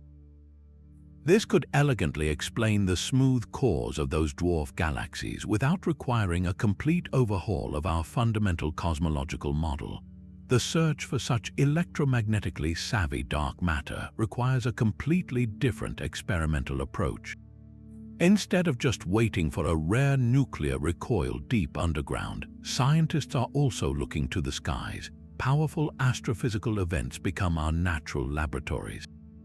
For example, if a cloud of milli-charged dark matter were to pass between us and a distant radio galaxy, it could very subtly scatter the radio waves, imprinting a specific, frequency-dependent fingerprint on the signal we receive. Other searches involve looking for the telltale glow that would be produced if these particles were occasionally accelerated by the magnetic fields of supernova remnants or active galactic nuclei, emitting a faint whisper of synchrotron radiation. It's a hunt for ghosts, but ghosts that might leave a faint electromagnetic shadow. This theory challenges the pristine, minimalist view of dark matter and opens a door to a far more complex and interesting hidden sector. It suggests that dark matter might not be a single, monolithic entity, but a population with diverse properties, some of which may hold onto a faint echo of the electromagnetic connections that define our own visible world. The discovery of even a minuscule electromagnetic interaction would revolutionize our understanding, revealing that the line between the light and the dark is not an impermeable wall, but a semi-porous border with a subtle, hidden traffic of influence flowing across it. Now let's journey back to the elegant world of supersymmetry, but this time to explore a specific and fascinating corner of it, the hidden sector photino. We've already met the photino. It's the hypothetical superpartner of the photon, the force carrier of light. In the simplest SUSY models, the photino is a gorgino, a type of superpartner for force carriers, and it mixes with other neutral superpartners to form a particle called the neutrino, a prime dark matter candidate. But the story takes an even more intriguing turn when we consider that supersymmetry might not be confined to just our known particle sector. What if there's an entire hidden sector of particles and forces, completely separate from our own, that also obeys the rules of supersymmetry? This is where the hidden sector photino comes into play, a particle that could be the master of disguise, the ultimate cosmic ghost, and the key to the universe's missing mass. In this framework, our familiar universe of quarks, electrons, and photons is just one part of a much larger reality. Parallel to it exists a hidden sector, a shadow cosmos with its own particles and its own forces, governed by its own version of the laws of physics. Crucially, these two sectors communicate with each other only very feebly, most likely through gravity or perhaps via a tiny, portal-like interaction with an extremely heavy messenger particle. Within this hidden sector, supersymmetry could also be at work. Just as our photon has its photino superpartner, the hidden sector could have its own force carriers, and one of them might be a hidden photon. And following the supersymmetric rules, that hidden photon would have its own superpartner, the hidden sector photino. The properties of this hidden sector photino make it a phenomenally compelling dark matter candidate. Because it exists in a separate reality, its interactions with our world are vanishingly small, arguably even weaker than those predicted for traditional WIMP. This incredible isolation is exactly what we need to explain why we haven't found dark matter yet. It's not just hiding, it's operating in a different dimensional neighborhood entirely. Furthermore, in many models, the hidden sector photino could be the lightest supersymmetric particle, or LSP, within its own sector. This is critical because of a principle called R-parity conservation, which is often invoked in SUSY to prevent proton decay. If R-parity holds, the lightest supersymmetric particle is absolutely stable because it has no lighter state to decay into. A hidden sector photino, as the hidden LSP, would therefore be a perfect, stable, and abundant relic from the Big Bang, unable to disappear and unable to interact significantly with us, making it an ideal foundation for the dark matter halos encompassing galaxies. So how on Earth, or rather, how in the universe, could we ever hope to detect something so profoundly disconnected from our existence? The hunt relies on that faint, fragile bridge between the two sectors. While the hidden sector photino wouldn't interact via our strong or electromagnetic forces, there might be a minuscule probability that it could interact with ordinary matter through what's known as the Higgs portal. The Higgs boson, responsible for granting mass to particles in our world, might also serve as a universal translator, able to couple very weakly to particles in the hidden sector. This means that on incredibly rare occasions, a hidden sector photino passing through Earth might actually bounce off a nucleus in a detector via a virtual Higgs exchange. The signature would be identical to that sought in direct detection experiments for WIMP, a tiny jiggle of a nucleus accompanied by a faint flash of light or a release of heat. The difference is that the expected interaction rate would be exponentially lower, buried even deeper in the background noise, which explains why our most sensitive detectors have thus far only been able to set limits rather than make a discovery. Another ingenious approach involves not waiting for them to come to us, but instead trying to create them ourselves. Particle colliders like the Large Hadron Collider could act as factories for the hidden sector. If two high-energy protons collide, they might produce not only familiar particles but also heavy messenger particles that decay into the hidden sector, ultimately yielding hidden sector photinos. These photinos would then escape the detector completely unnoticed, carrying away energy and momentum. The telltale sign of their production would be an event where the observed particles in the detector don't quite balance out, where there's a significant amount of missing energy that can't be accounted for by any known particle. While the LHC sees missing energy events all the time from neutrinos, a specific excess pattern of these events at certain energies could be the first indirect hint that we're mass-producing invisible particles from a hidden world. The existence of a hidden sector photino would do more than just solve the dark matter puzzle. It would fundamentally reshape our understanding of reality's structure. It suggests that the universe is inherently layered, with multiple parallel particle zoos operating under similar supersymmetric rules but separated by a vast gulf of interaction strength. Finding evidence for it wouldn't just be the discovery of a new particle. It would be the discovery of an entire new sector of existence, a hidden mirror to our own physical laws that has been subtly guiding the formation of galaxies since the beginning of time. It represents the ultimate extension of the supersymmetric dream, a vision of a cosmos far more rich, complex, and interconnected than we could have ever imagined. even if those connections are so faint they have taken us decades of searching just to catch the faintest whisper. Yet for all the mystery surrounding entire hidden sectors, some of the most profound revelations might come not from a completely separate reality, but from a subtle tweak to the particles we think we already understand. This brings us to a concept that strikes at the very heart of how we quantify the universe, the possibility of fractionally charged particles. We are taught from high school physics that electric charge is quantized. It comes in neat, indivisible packets. The electron has a charge of -1, the proton has +1, and quarks inside them have charges of +2/3 or -1/3. This is the bedrock of our understanding, but what if there exist particles that break this rule, carrying a charge smaller than that of an electron? Not 1/3 or 2/3, but something entirely new, a fractional charge in a completely different sense, a value that doesn't fit the established pattern. Finding such a particle would be like discovering a coin worth 17 cents in a monetary system built entirely on dollars and cents. It would force a complete and radical rethink of our most fundamental models. The theoretical basis for these exotic particles is woven into the same grand frameworks we've been exploring. While the standard model beautifully explains the fractional charges of quarks, it also contains a deep mathematical reason for why all free, observable particles must have integer charges.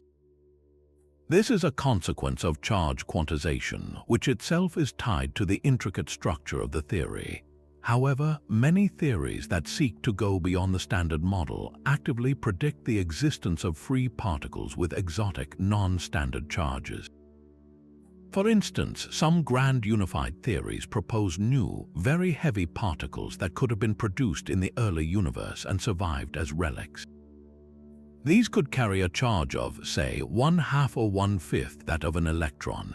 In the context of supersymmetry, if our parity, the rule that keeps the proton stable, is not perfectly conserved, then the lightest supersymmetric particle might decay into ordinary matter plus a new, stable particle with a tiny electric charge. This particle would be a fractionally charged relic, a leftover from the supersymmetric dawn of time. The search for these minute charges is a masterclass in experimental precision and patience. Because their interaction with light would be so much weaker than that of an electron, they would be incredibly difficult to produce and even harder to detect. One of the most famous historical hunts was led by the physicist William Fairbank, who used a technique based on magnetic levitation. He placed a tiny, supercooled sphere of niobium metal in a powerful magnetic field. At a specific temperature, the sphere becomes a superconductor and levitates. The magnetic field required to achieve this levitation is exquisitely sensitive to the sphere's total electric charge. If even a single fractionally charged particle were trapped within the atomic lattice of that sphere, it would shift the magnetic field needed for levitation by a tiny but calculable amount. Fairbank reported a tantalizing, controversial signal that was never conclusively replicated, a ghost in the machine that continues to inspire and frustrate physicists to this day. Modern searches are even more sophisticated. Some experiments use layers of superconducting rings to create a device called a squid, which can detect minuscule magnetic fields. By passing a current through a material and measuring the accompanying magnetic field with unimaginable precision, researchers can effectively count the charge of the individual charge carriers moving through it. In a normal metal, the charge carriers are electrons, and the magnetic signal corresponds to their fundamental charge. But if a fractionally charged particle were to carry the current, even for a fleeting moment, it would produce a distinct step-like change in the signal, a clear fingerprint of something that doesn't belong. Other experiments analyze millions of droplets of oil or spheres of silicon in sensitive magnetic traps, looking for just one that behaves as if its total charge is not an integer. It is a painstaking process of sifting through countless ordinary particles to find the one extraordinary maverick. Why would such a discovery be so earth-shattering? It's because the quantization of charge is not an arbitrary rule. It's a fundamental feature of our universe that is deeply intertwined with the mathematics of consistency. In the Standard Model, charge quantization is explained by the fact that all the particles are tied together through their interactions with the Higgs field and their embedding in a specific group structure. The emergence of integer charges for free particles is a robust prediction. The existence of a free particle with a different fractional charge would mean this structure is incomplete. It would be direct, incontrovertible evidence for physics beyond the Standard Model, forcing us to accept that our universe's underlying framework allows for a more diverse spectrum of fundamental properties than we ever thought possible. It would open the door to entirely new classes of matter and new forces, proving that the cosmic rulebook is far more permissive and strange than our current theories allow. Now, let's venture into a theory that suggests dark matter might not be made of fundamental particles at all, but rather of something far more complex and structured, bound states forged in the fires of a hidden cosmic force. This is the captivating idea of dark glue balls. To understand this, we need to take a step back and look at the forces in our own familiar universe. One of the most powerful is the strong nuclear force, which holds the nuclei of atoms together against the tremendous pressure of their positive charges.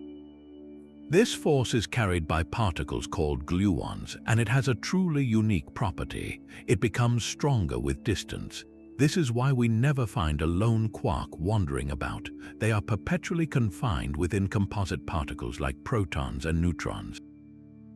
But what if our universe isn't the only one with such a powerful, confining force? The dark glue ball theory proposes a separate, hidden sector of reality governed by its own version of the strong force, a pure Young-Mills sector. In this context, pure means this hidden force isn't acting on any matter particles like quarks. It's a force existing for its own sake, a web of interactions between its own hidden gluons. And just as the gluons in our world can stick together to form exotic, short-lived particles we call glue balls, the gluons in this dark sector could bind together to form stable, massive objects, dark glue balls. These wouldn't be point-like particles, they would be tightly bound balls of pure force energy, and they could be the invisible substance that makes up the majority of matter in the cosmos. The beauty of this idea lies in its minimalism and its inevitability.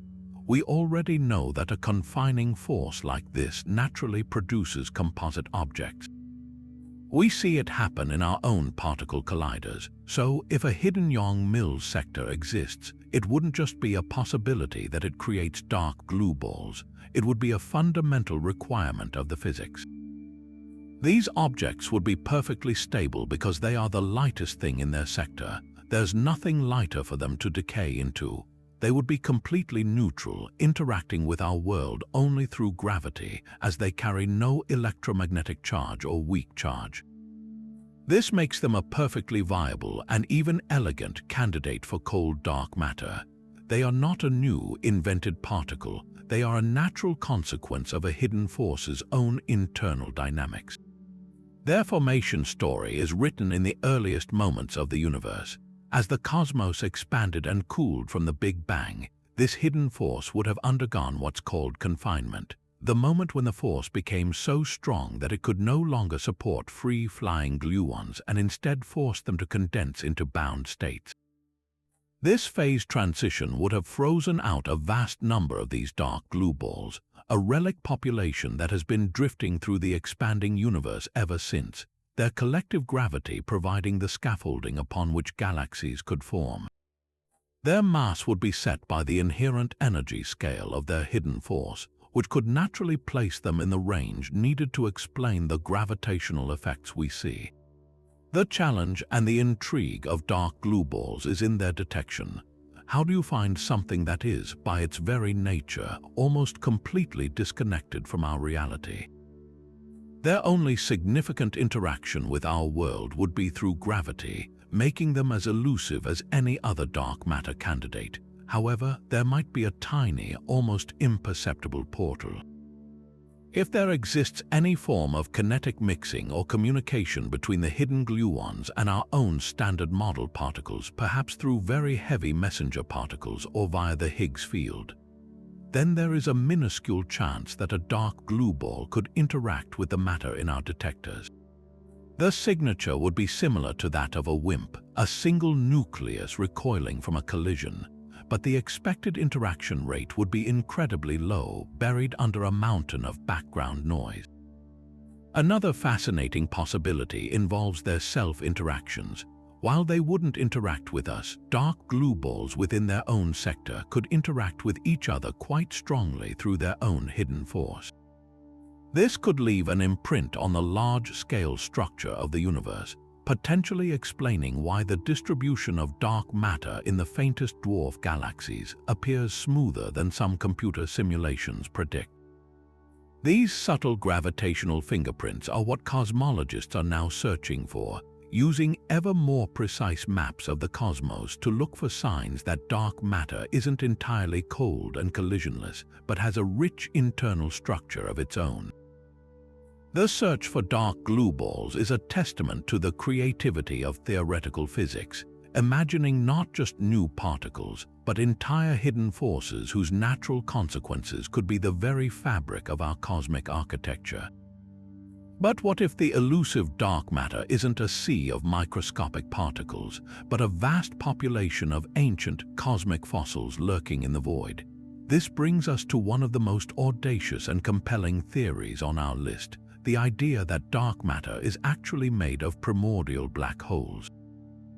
Unlike the stellar mass black holes formed from collapsing stars or the supermassive giants at the centers of galaxies, primordial black holes are hypothesized to be a third distinct class. They wouldn't be born from dying stars, but from the extreme density fluctuations in the very first moments after the Big Bang. Imagine the infant universe, a seething, ultra-dense soup of energy. In this chaotic furnace, some regions could have been so unimaginably dense that they collapsed directly under their own gravity, punching tiny holes in the fabric of spacetime itself.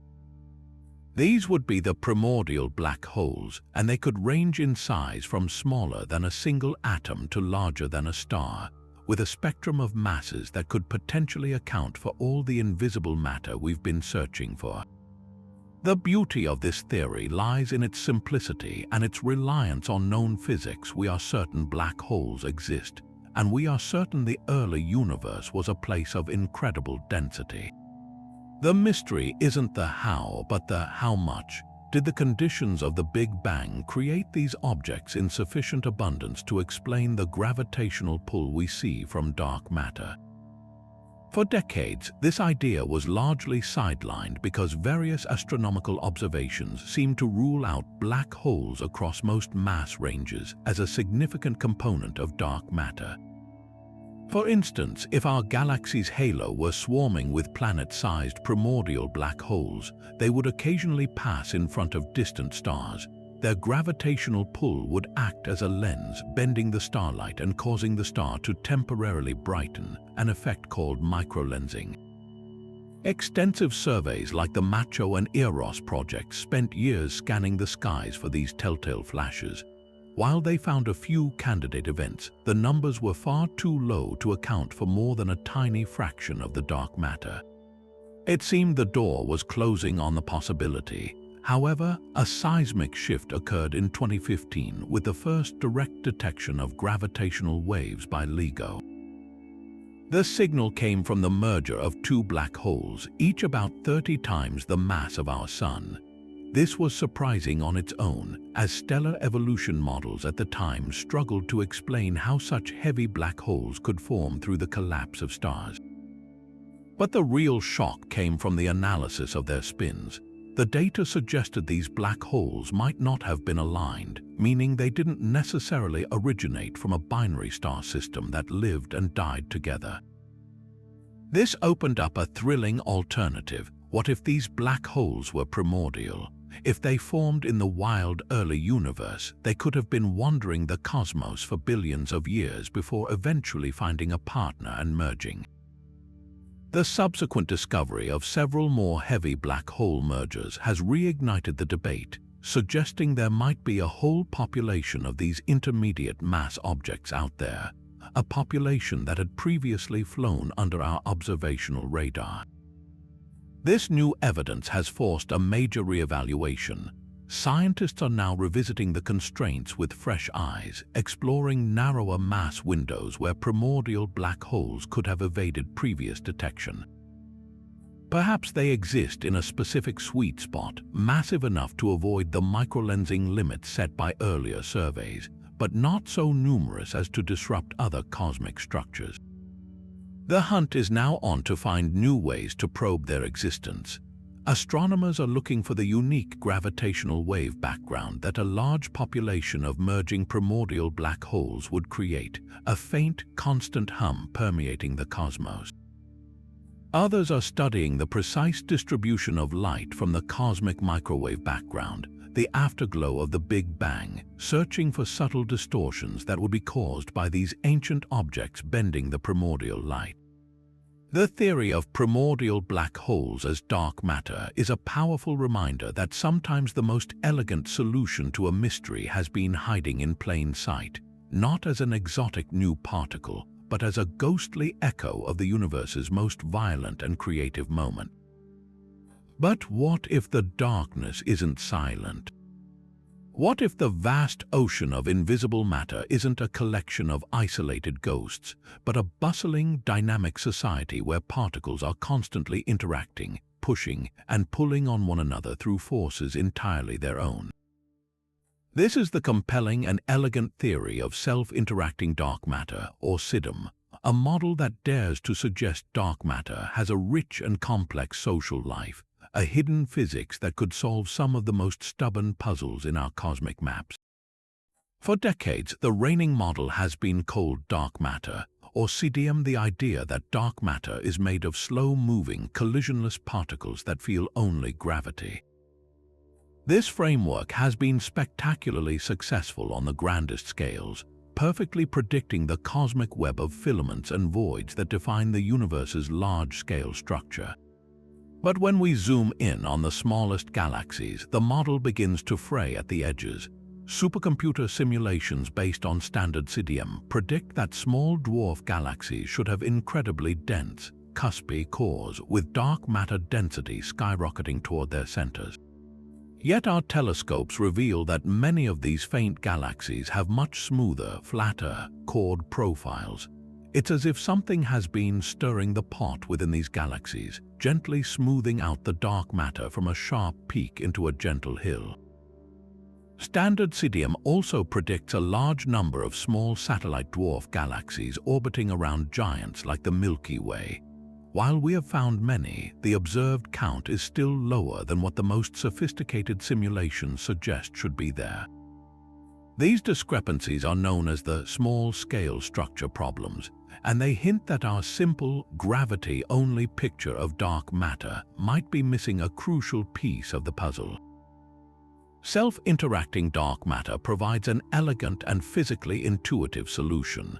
Imagine two scenarios. In the first, you have a room full of people who are completely intangible. They can neither see nor touch each other, and they only respond to the room's gravity. If they all moved toward the center of the room, they would all pile directly on top of one another in a massive, dense heap. This is standard CDM. Now, imagine a second room where the people are tangible. They can bump into each other, exchanging energy and momentum as they move. As they gravitate toward the center, they will still cluster together, but their collisions will act like a form of pressure, preventing an overly dense pile from forming and creating a smoother, more even distribution. This is the essence of SIDM. By allowing dark matter particles to interact with each other through a new dark force, carried by a hypothetical dark photon or some other dark force carrier, the theory naturally produces the chord centers we observe in dwarf galaxies. The collisions effectively transfer heat from the hotter, outer regions into the cooler center, puffing it up and erasing the overly dense cusp. The beauty of this model is its flexibility and its testability. The strength of the interaction is controlled by a simple parameter, the cross-section, which essentially describes how likely two particles are to collide. This isn't a fixed number, it can be velocity dependent. This means the dark forces could be stronger in the crowded, slower-moving environments of dwarf galaxies, where they efficiently solve the core cusp problem, but become much weaker in the vast, fast-moving clusters of galaxies, where their effects would be minimal and wouldn't interfere with the successful large-scale predictions of CDM. This nuanced behavior allows CDM to fix the small-scale issues without breaking what already works perfectly well on grander scales. It's a targeted solution, a subtle tweak to the rules of the dark sector that has profound consequences for the architecture of the smallest galaxies. The hunt for evidence of these dark sector dynamics is underway on multiple fronts. Astrophysicists are using Hubble and other powerful telescopes to meticulously map the distribution of dark matter in galaxy clusters by observing how its gravity bends the light from background galaxies, a technique called gravitational lensing. In a few spectacular cases of colliding galaxy clusters, like the famous Bullet cluster, the dark matter and the hot gas have become separated. The gas, which interacts electromagnetically, has been slowed down by the collision, while the dark matter has sailed right through. This was hailed as proof that dark matter is collisionless. However, more recent studies of other clusters suggest that might not be the whole story. In some systems, the dark matter appears to be lagging behind its associated galaxies, hinting that it might have experienced some drag during the collision, exactly the kind of behavior CDM would predict if the interaction cross-section were just right. These observations are pushing our simulations to new levels of complexity. Cosmologists are now running incredibly detailed models that incorporate self-interactions, trying to see if they can simultaneously reproduce the smooth cores of dwarf galaxies, the number of satellites, and the behavior of dark matter in massive clusters. The results are promising, suggesting that a dark sector with its own physics isn't just a wild idea. It might be a necessary ingredient to fully understand the universe we see. This theory transforms dark matter from a passive, lumbering giant into an active, complex participant in the cosmic story, a hidden society of particles whose subtle interactions are quietly sculpting the smallest galaxies in the sky. But what if the solution to the puzzle of dark matter isn't found in the realm of heavy particles or massive objects, but in the domain of the almost impossibly light and wave-like? This brings us to one of the most elegant and mind-bending theories on our list, fuzzy dark matter. Imagine a candidate so lightweight that its behavior is governed not by the familiar rules of particle physics, but by the strange and probabilistic laws of quantum mechanics on a cosmic scale. This theory proposes that dark matter isn't a collection of discrete particles at all, but a vast, coherent wave, a single, rippling field that permeates the entire universe, with each galaxy cradled within its own gentle quantum undulation. The foundation of this idea rests on a specific type of particle, an ultra-light boson, often considered an axion-like particle with a mass so tiny it defies everyday comprehension. We're talking about particles that could be a billionth of a billionth of a billionth the mass of an electron. At such unimaginably small masses, the quantum mechanical property known as the de Broglie wavelength becomes enormous. For a typical WIMP, this wavelength is subatomic, but for one of these ultra-light particles, it can stretch for hundreds or even thousands of light years. This means the particle can't be localized to a single point. Its very nature is to be delocalized, smeared out across a vast region of space. And because of the quantum principle of wave-particle duality, where these particles go, their wave function goes too. In this model, the dark matter halo of a galaxy isn't a cloud of individual particles. It's a single, gigantic quantum wave. This wave-like nature provides a stunningly elegant solution to one of the most persistent problems in cosmology, the core cusp problem. As we discussed with self-interacting dark matter, Computer simulations based on standard cold dark matter predict that small dwarf galaxies should have incredibly dense, sharply peaked cusps of dark matter at their centers. But observations consistently show that these galaxies have much flatter, smoother cores. Fuzzy dark matter resolves this naturally through a quantum phenomenon known as wave interference. Within a certain radius from the center of a galaxy, a radius set by the particle's mass and the resulting de Broglie wavelength, the wave function of this fuzzy dark matter cannot compress any further. It hits a limit, a kind of quantum pressure that prevents it from collapsing into an infinitely dense point. This creates a stable, smooth core exactly where simulations told us to expect a sharp cusp. The theory doesn't need to invent new forces or interactions. It simply relies on the fundamental, wave-like nature of reality itself to impose a natural size limit on the dark matter concentration in a galactic center.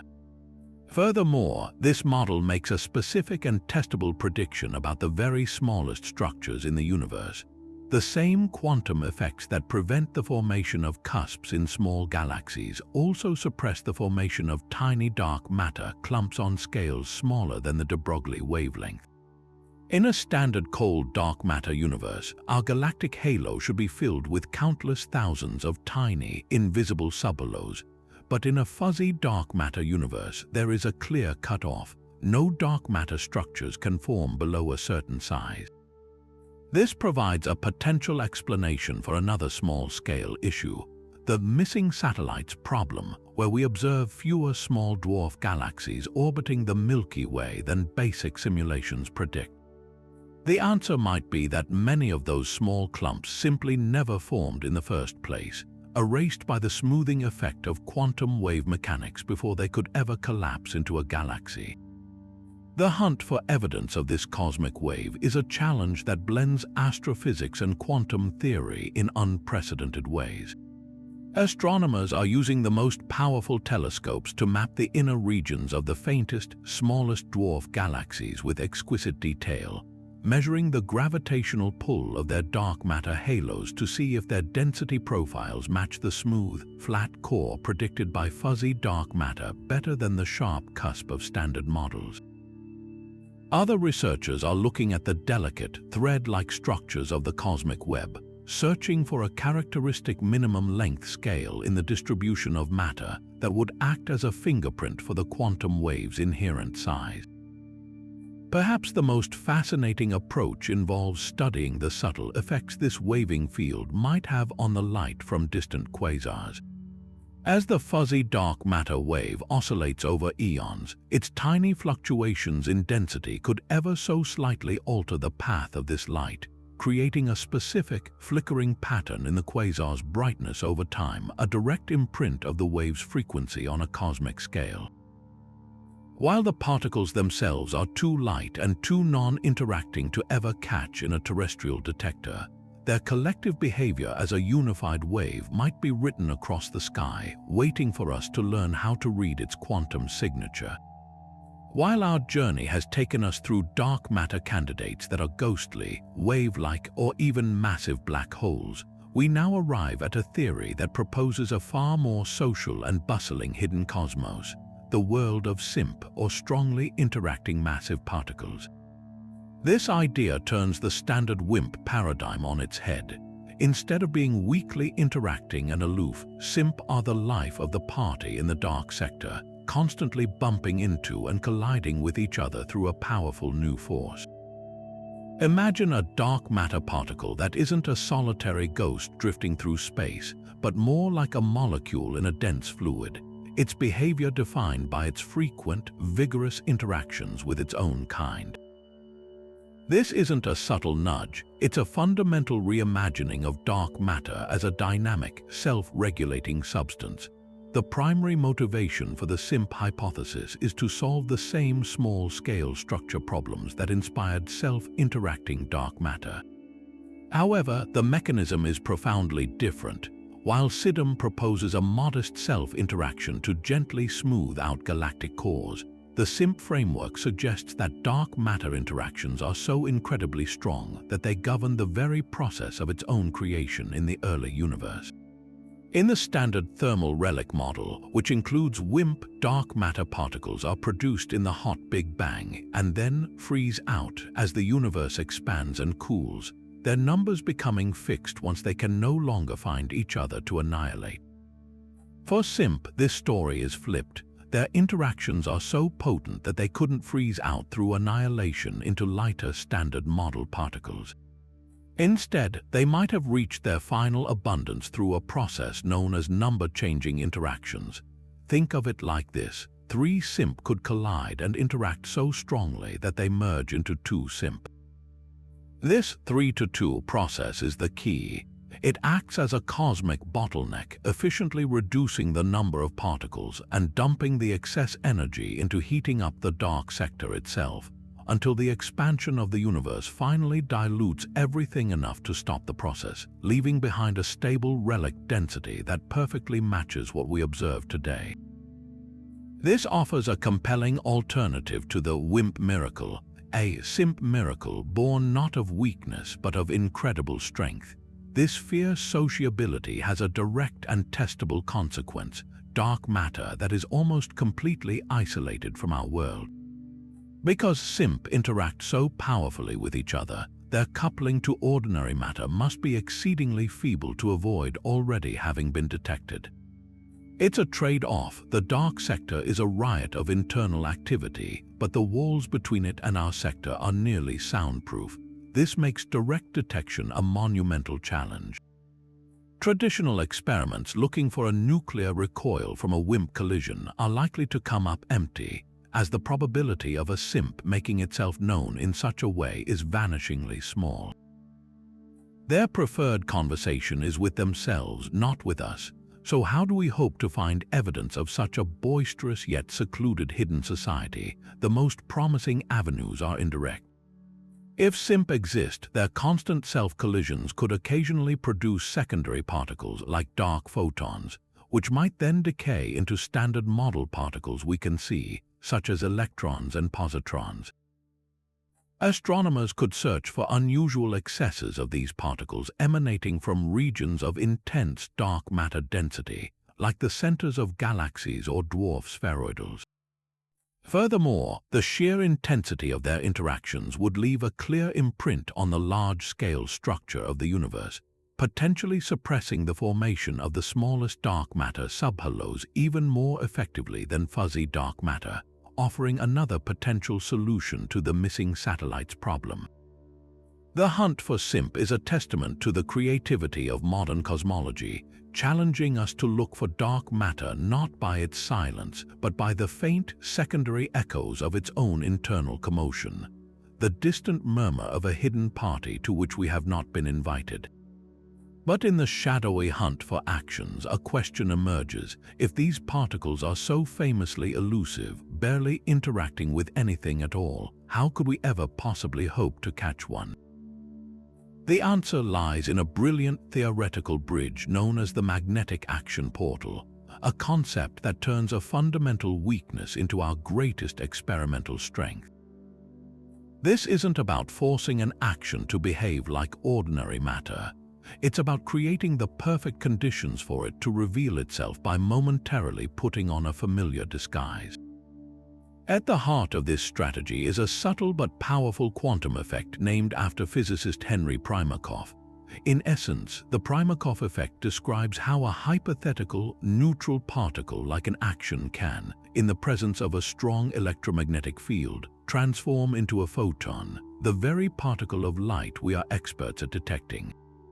Think of it like a cosmic chameleon that normally blends into the background of empty space, but when it walks across the powerful, patterned grid of a magnetic field, it suddenly flashes into a visible color for just an instant.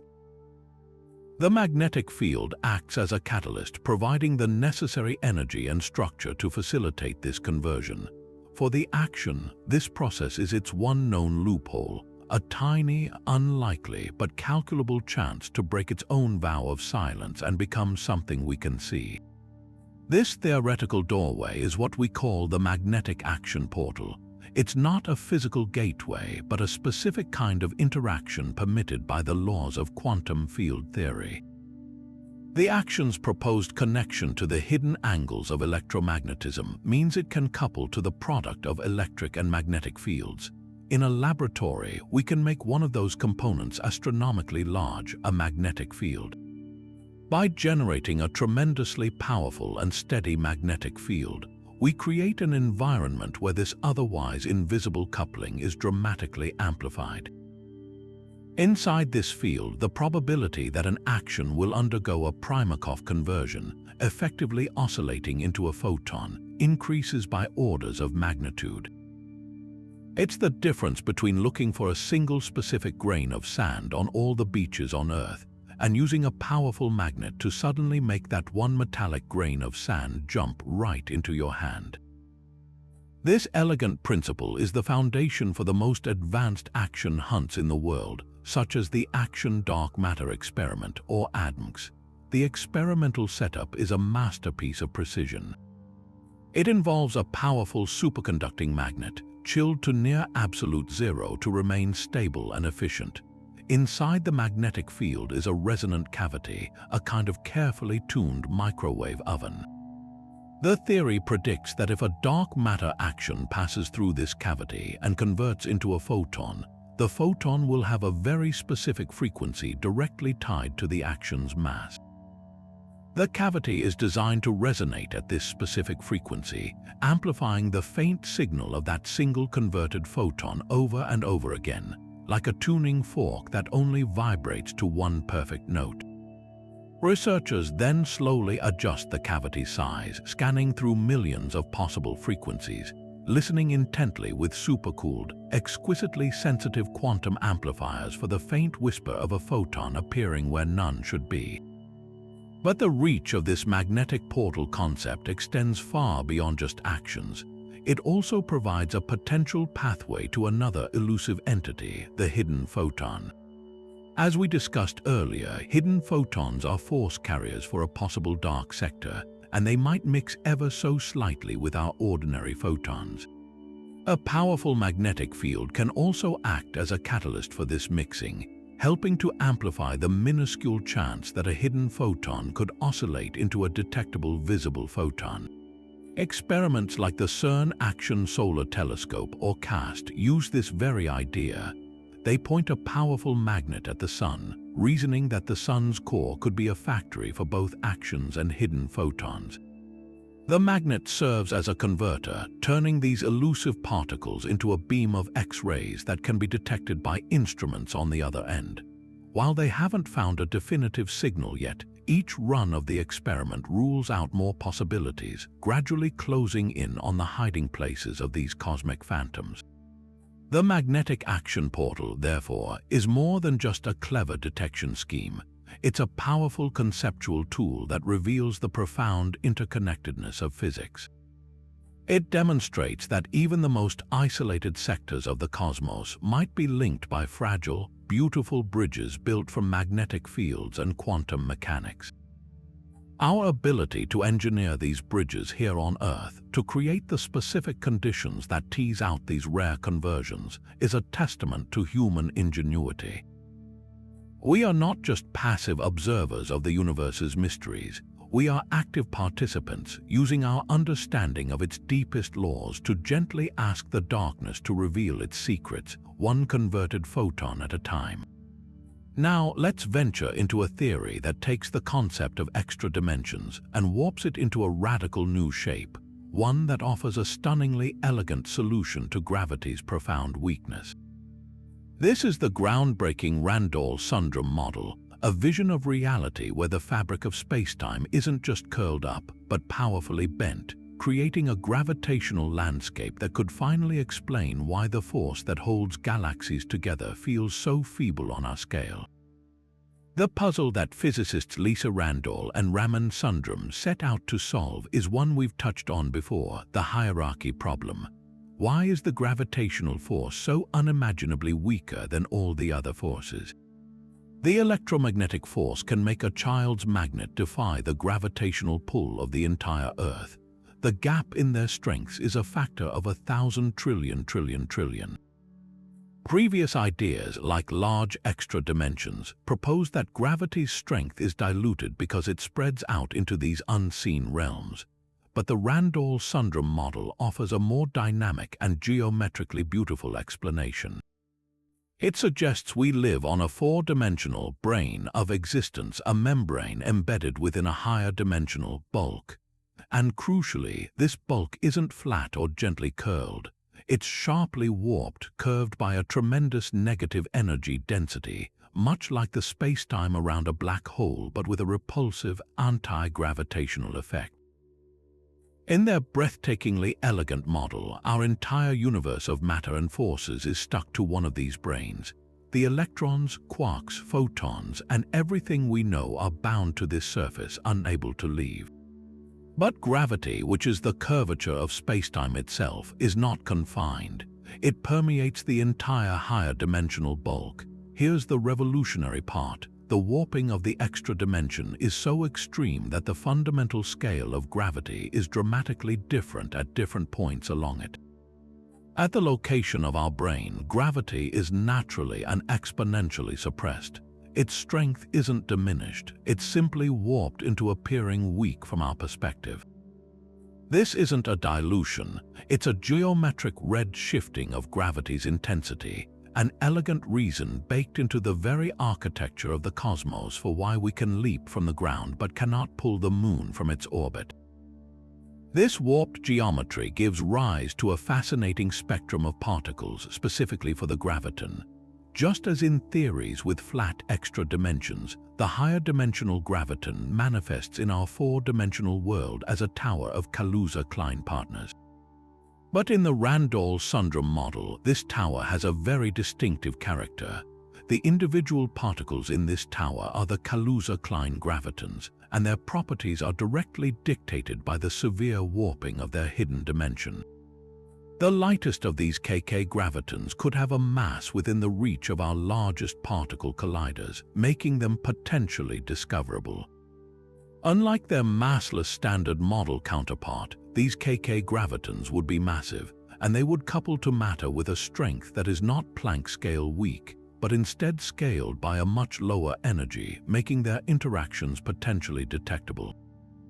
The way these warped dimension gravitons would interact with matter is unique.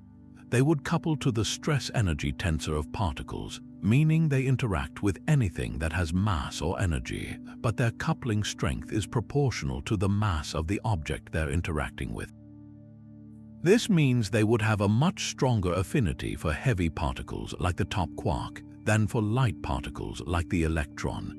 If produced in a proton collider like the Large Hadron Collider, the signature of a KK graviton would be extraordinarily distinctive. Because it couples to mass, it would preferentially decay into the heaviest particles available. Imagine a collision that produces a graviton, which then almost instantly vanishes, only to reappear as a pair of highly energetic top quarks or Z bosons or even Higgs bosons. The detector would see these massive particles suddenly materializing out of a perfectly balanced event with no other activity, a clear signal of a new, heavy particle that speaks the language of gravity. The search for these resonant peaks in the mass spectra of d-lepton or d-photon events is a major focus at the LHC. While a discovery has not yet been made, the relentless collection of data continues to push the possible mass of these warped gravitons higher, constraining the parameter space of the theory. The pursuit is a testament to how a beautiful, abstract mathematical idea about the shape of reality can be translated into a concrete, experimental hunt for a specific signature in a mountain of data. The Randall-Sundrum model transforms the hierarchy problem from a question of inexplicable numbers into a question of geometry, suggesting that the weakness we perceive is not a fundamental truth, but a perspective, a local consequence of our address in a deeply warped and multidimensional cosmos. Yet for all the creative theories we've explored, from mirror worlds to hidden forces, one cosmic question remains perhaps the most profound of all. Why does anything exist? Why is our universe filled with planets, stars, and people instead of just a featureless sea of light? This is the puzzle of matter's dominance over antimatter, and our next theory proposes a breathtakingly elegant solution: that this greatest of all imbalances didn't even originate in our world but was a gift from a hidden one. This is the compelling idea of hidden sector baryogenesis, a concept that suggests the very reason you and I are here might be thanks to physics playing out in a parallel reality we cannot see. To appreciate the sheer scale of this mystery, we need to rewind to the universe's first moments. The Big Bang should have produced equal amounts of matter and antimatter. And since we know that when a particle meets its antiparticle, they annihilate in a flash of pure energy, this cosmic balance should have led to total mutual destruction. The entire universe should have devolved into a vast, expanding cloud of radiation, with no atoms, no stars, and certainly no one around to ponder why they aren't there. And yet, here we are. For every billion particles of antimatter created in the Big Bang, there were 1,000,001 particles of matter. That 1 part in a billion surplus is all that survived the annihilation. It is the source of every galaxy, every planet, and every living thing. The monumental question is, what physical process could possibly favor matter over antimatter by that tiny, yet universe-defining amount? The Standard Model does possess the necessary ingredients to create such an imbalance, a process known as baryogenesis. It requires 3 conditions known as the Sakharov conditions: a violation of baryon number conservation, a violation of both C and CP symmetry, which govern charge and parity, and for this all to occur out of thermal equilibrium. While the Standard Model can technically meet these conditions, the effects are far too weak to account for the level of asymmetry we see. It's as if the rules of our known physics allow for a single drop of water to exist in a desert, but we find ourselves standing in a vast ocean. The numbers simply don't add up. This failure is one of the strongest indications that our physics is incomplete, that something fundamental is missing from the equation. This is where the hidden sector theory makes its grand entrance. Imagine that the visible universe we inhabit, with its quarks, electrons, and forces, is just one part of a much larger reality. Parallel to it exists a hidden sector, a separate realm with its own particles and its own physical laws. Now, imagine that in this hidden sector, the conditions for creating a matter-antimatter asymmetry are far more potent. Perhaps the forces there violate CP symmetry more strongly, or the processes occur at a higher energy scale where physics is more dramatic. In this shadow cosmos, a tremendous imbalance between hidden matter and hidden antimatter could be generated efficiently, creating a vast surplus of hidden matter. But if it's hidden, how does that solve our problem? The answer lies in a fragile, crucial bridge between the two worlds. This is the transfer mechanism. Although the two sectors are largely independent, they are not completely isolated. They must be connected by some form of portal, a very heavy particle that can decay into both sectors, or a tiny mixing between forces, like the kinetic mixing between our photon and a hidden photon. As the hidden sector develops its enormous asymmetry, this portal allows a portion of that imbalance to slowly leak into our visible sector. The hidden sector acts as a powerful, high-energy factory, producing a massive surplus of matter, and then, through this delicate connection, it seeds our visible world with just enough of that bias to account for our 1 part in a billion survival. In this elegant picture, our existence isn't a random fluke of our own physics. It is the downstream effect of a far more violent and decisive drama that played out in a cosmos next door. The beauty of this framework is its versatility and its power to explain other puzzles. It elegantly sidesteps the weaknesses of the Standard Model by outsourcing the hard work of asymmetry generation to a sector where the physics can be much more robust. It also provides a natural explanation for why we haven't seen the new physics responsible for baryogenesis in our particle colliders, because it primarily resides in the hidden sector at energy scales we haven't yet accessed. Furthermore, it intimately links the origin of matter to the nature of dark matter. If the hidden sector has its own stable particles, that vast surplus of hidden matter created during its own baryogenesis could very well be the dark matter that shapes our galaxies. In one sweeping narrative, hidden sector baryogenesis could explain both why we have a universe filled with matter and what the invisible matter is that holds it all together. The search for evidence of this cosmic hand-me-down is a multifaceted endeavor. Particle colliders like the Large Hadron Collider are on the front lines, searching for the subtle effects of the portal itself.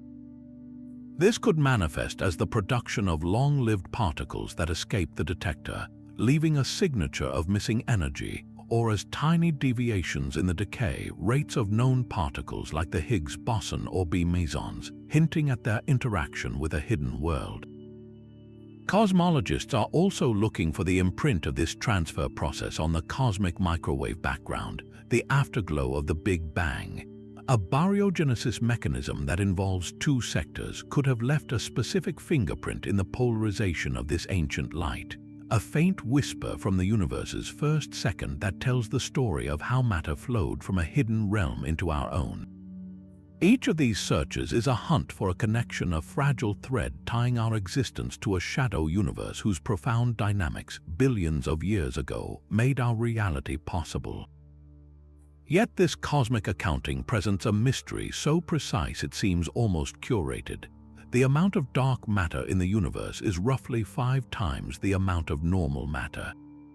This ratio isn't a random astronomical number, it's a figure in the same ballpark. This surprising similarity, this cosmic coincidence between two substances that supposedly have nothing to do with each other, has led physicists to a radical and elegant idea. What if the amounts of dark matter and normal matter are so curiously close because they were forged in the same primordial fire, linked by a shared origin story? This is the compelling premise of asymmetric dark matter, a theory that dares to suggest the darkness isn't just out there, it's a shadow of our own existence. To understand this, we return to the universe's first moments and the mystery of our own being. We exist because of a tiny 1 in a billion imbalance between matter and antimatter in the early cosmos, a process known as baryogenesis. But what if that same process didn't just apply to our familiar quarks and electrons? The asymmetric dark matter theory proposes a breathtaking symmetry. Just as the visible universe developed a small excess of matter over antimatter, the dark sector underwent its own parallel genesis. A small excess of dark matter over dark antimatter was created, and the vast majority of both dark particles and dark antiparticles subsequently annihilated each other, leaving behind only the tiny surplus of dark matter we infer today. In this vision, the dark matter we search for isn't a thermal relic that simply froze out. It is the leftover ash from its own great annihilation, a cosmic survivor just like the protons in your body. This elegant mirroring provides a stunningly simple explanation for that puzzling 5-to-1 ratio. The similar densities of dark and visible matter aren't a coincidence. They are a direct consequence of being produced by similar physical processes operating at potentially the same energy scale. The mass of the typical dark matter particle and the strength of its interactions would be directly tied to the physics of baryogenesis. The theory even offers a natural explanation for why dark matter is stable. If it carries a conserved dark number charge analogous to our baryon number, then the lightest particle with that charge cannot decay, ensuring its survival from the Big Bang to the present day. This makes the dark matter particle not a lone wanderer, but the protected remnant of a grander dark sector with its own rich set of rules and relationships. The experimental implications of this idea are profound and shape the modern hunt for dark matter. If dark matter is asymmetric, it means there is no dark antimatter for it to annihilate with. This would make the traditional search for indirect detection signals looking for the high-energy light produced when dark matter particles collide and destroy each other far less promising. Instead, the focus shifts sharply toward direct detection experiments that look for the gentle recoil of a nucleus when a dark matter particle bumps into it. Furthermore, the theory predicts that dark matter could have interactions with normal matter that go beyond the simple, gravity-only model. These interactions wouldn't be strong, they would be feeble, but they could be detectable as tiny deviations in the behavior of neutrons or through rare particle decays. This search for subtle connections is where the theory truly comes alive. Some models propose that the same high-energy process that generated the matter asymmetry in both sectors also left behind a fragile link between them, a portal that allows a small transfer of information. This could manifest in incredibly rare particle physics phenomena. Scientists are meticulously studying the lifetime of neutrons, for instance, because a small fraction of them might decay into dark sector particles instead of the usual protons, electrons, and antineutrinos. Other experiments are searching for signs that dark matter particles could possess a tiny, almost imperceptible electric charge, a milli-charge, that would be a relic of their shared heritage with visible matter. Each of these searches is a hunt for a cosmic signature, a piece of evidence that the stuff of stars and the stuff of shadow are not separate stories, but two chapters of the same epic tale. But what if we've been asking the wrong question all along? For over a century, the hunt for the fundamental building blocks of the universe has been a process of division, of breaking matter down into smaller and smaller pieces. From molecules to atoms, from atoms to protons and neutrons, and from those into quarks. We assume this process must eventually end at a final, indivisible, elementary particle. Yet our final theory dares to challenge this very assumption, proposing a radical shift in perspective. It suggests that the most fundamental particles we know might not be fundamental at all, but instead emerge from a deeper, more collective reality, much like waves emerge from the ocean. This is the profound and mind-bending concept of emergent particles, an idea that draws its greatest inspiration not from the vastness of outer space, but from the intricate, ordered world of condensed matter physics right here on Earth. To grasp this, we need to look at a familiar phenomenon, superconductivity. In an ordinary piece of metal, electrons bump and jostle, scattering off atoms and creating electrical resistance. But cool that metal down to incredibly low temperatures and something magical happens. The electrons, overcoming their natural repulsion, pair up into what are called Cooper pairs. Individually, electrons are fermions, the building blocks of matter. But together, as a Cooper pair, they act like a completely different kind of particle, a boson. This collective behavior allows them to move in a coherent, frictionless flow. The electrical resistance doesn't just get low, it vanishes entirely. The key insight here is that this isn't just a change in behavior. It's the emergence of a new state of matter with properties that the individual components could never have possessed on their own. The superconducting state isn't described by talking about single electrons. It's described by a new, emergent order parameter that exists only because of the collective whole. This leads to an even more astonishing consequence, the emergence of a new particle. In the 1960s, physicist Jeffrey Goldstone proposed that when a symmetry is spontaneously broken in a system like this, a new massless particle must appear. In a superconductor, the broken symmetry gives rise to a Goldstone boson. However, when you combine this with electromagnetism, something beautiful occurs. The Goldstone boson gets eaten by the photon, which in turn gains a mass. This is the famous Higgs mechanism, but in a solid-state system. The photon inside a superconductor is not the massless particle of light we know. It becomes massive, effectively turning into a different particle altogether. This is not science fiction. This is a well-understood laboratory phenomenon. It demonstrates unequivocally that particles with specific properties like mass can emerge from the collective interactions of more basic constituents within a system. Now take this powerful concept and apply it to the vacuum of space itself. We traditionally think of the vacuum as pure nothingness, an empty stage upon which particles perform. But quantum field theory tells us this is wrong. The vacuum is a seething, bubbling soup of virtual particles constantly flashing in and out of existence. It is a complex medium with its own properties and structure. The emergent particle theory asks a breathtaking question: what if this vacuum is actually a kind of cosmic superconductor? What if the particles we think are elementary, like electrons and quarks, are actually excitations of this deeper vacuum, much like the paired electrons are excitations in a superconductor? In this view, an electron isn't a tiny, point-like billiard ball. It's a localized ripple or a knot in the intricate fabric of the vacuum's structure. Its properties, its mass, its spin, its charge aren't innate properties of a fundamental object, but rather collective properties that only make sense in the context of the entire system. This perspective offers a stunningly elegant potential solution to the hierarchy problem that plagues the Standard Model. The problem, remember, is the inexplicable lightness of the Higgs mass compared to the enormous quantum corrections it should receive. If the Higgs boson is an emergent particle, its mass isn't fine-tuned, it's protected.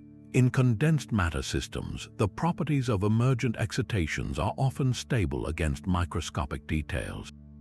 The energy gap in a superconductor, for instance, is a robust property of the collective state, not easily perturbed by tweaking a single atom.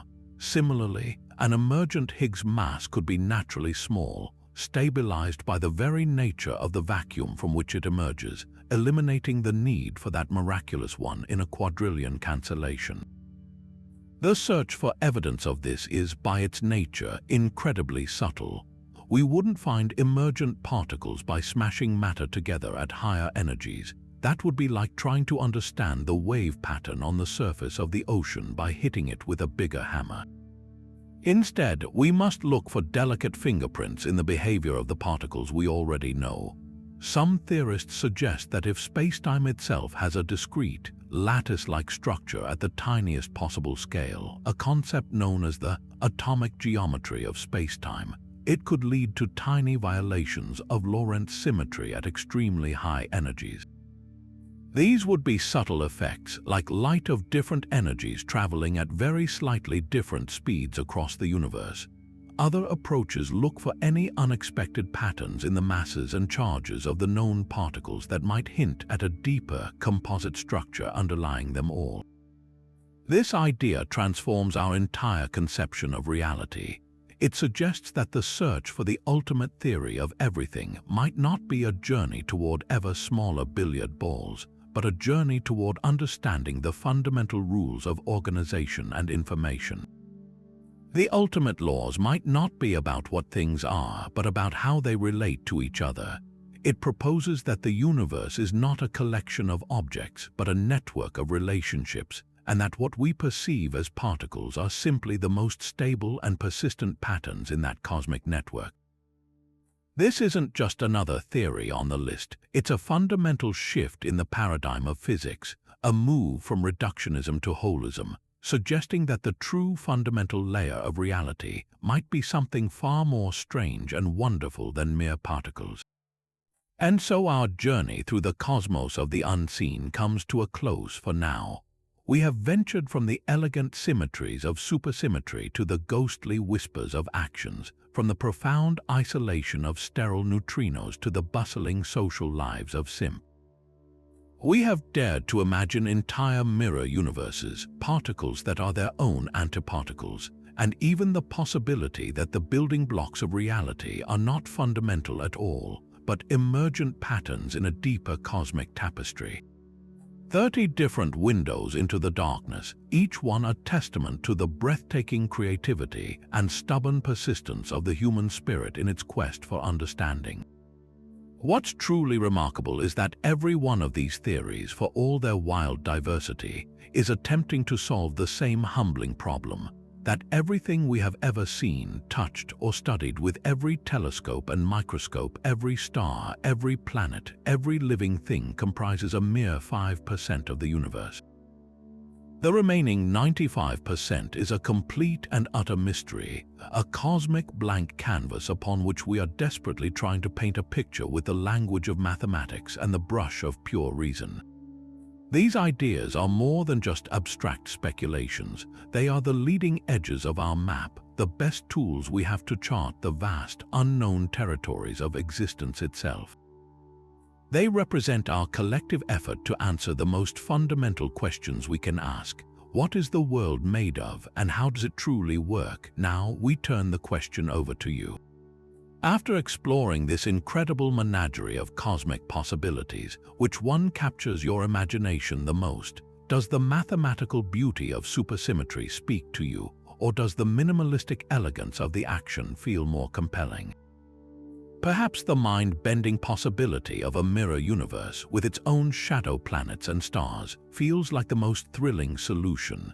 Maybe you're drawn to the radical idea that dark matter is actually a population of ancient primordial black holes lurking in the void. There are no wrong answers here, only curiosity. Share your favorite theory in the comments below. We'd love to hear which cosmic secret you most want to see unraveled. While the answers remain hidden for today, the story is far from over. We are living in a golden age of cosmological discovery. Powerful new instruments like the James Webb Space Telescope are peering further back in time than ever before, while next-generation particle colliders and incredibly sensitive dark matter detectors are being designed to probe these very ideas. The Vera Rubin Observatory will soon begin mapping the sky with unimaginable depth, potentially revealing new clues in the distribution of dark matter. With every passing year, our technology improves and our theories become more refined. The greatest discovery in human history, the revelation of what makes up the majority of our universe, might be just one experiment, one observation, one brilliant insight away. The hidden particles and forces we've explored today are not just phantoms. They are destinations on a map we are still drawing, and the journey to find them is the most exciting adventure there is.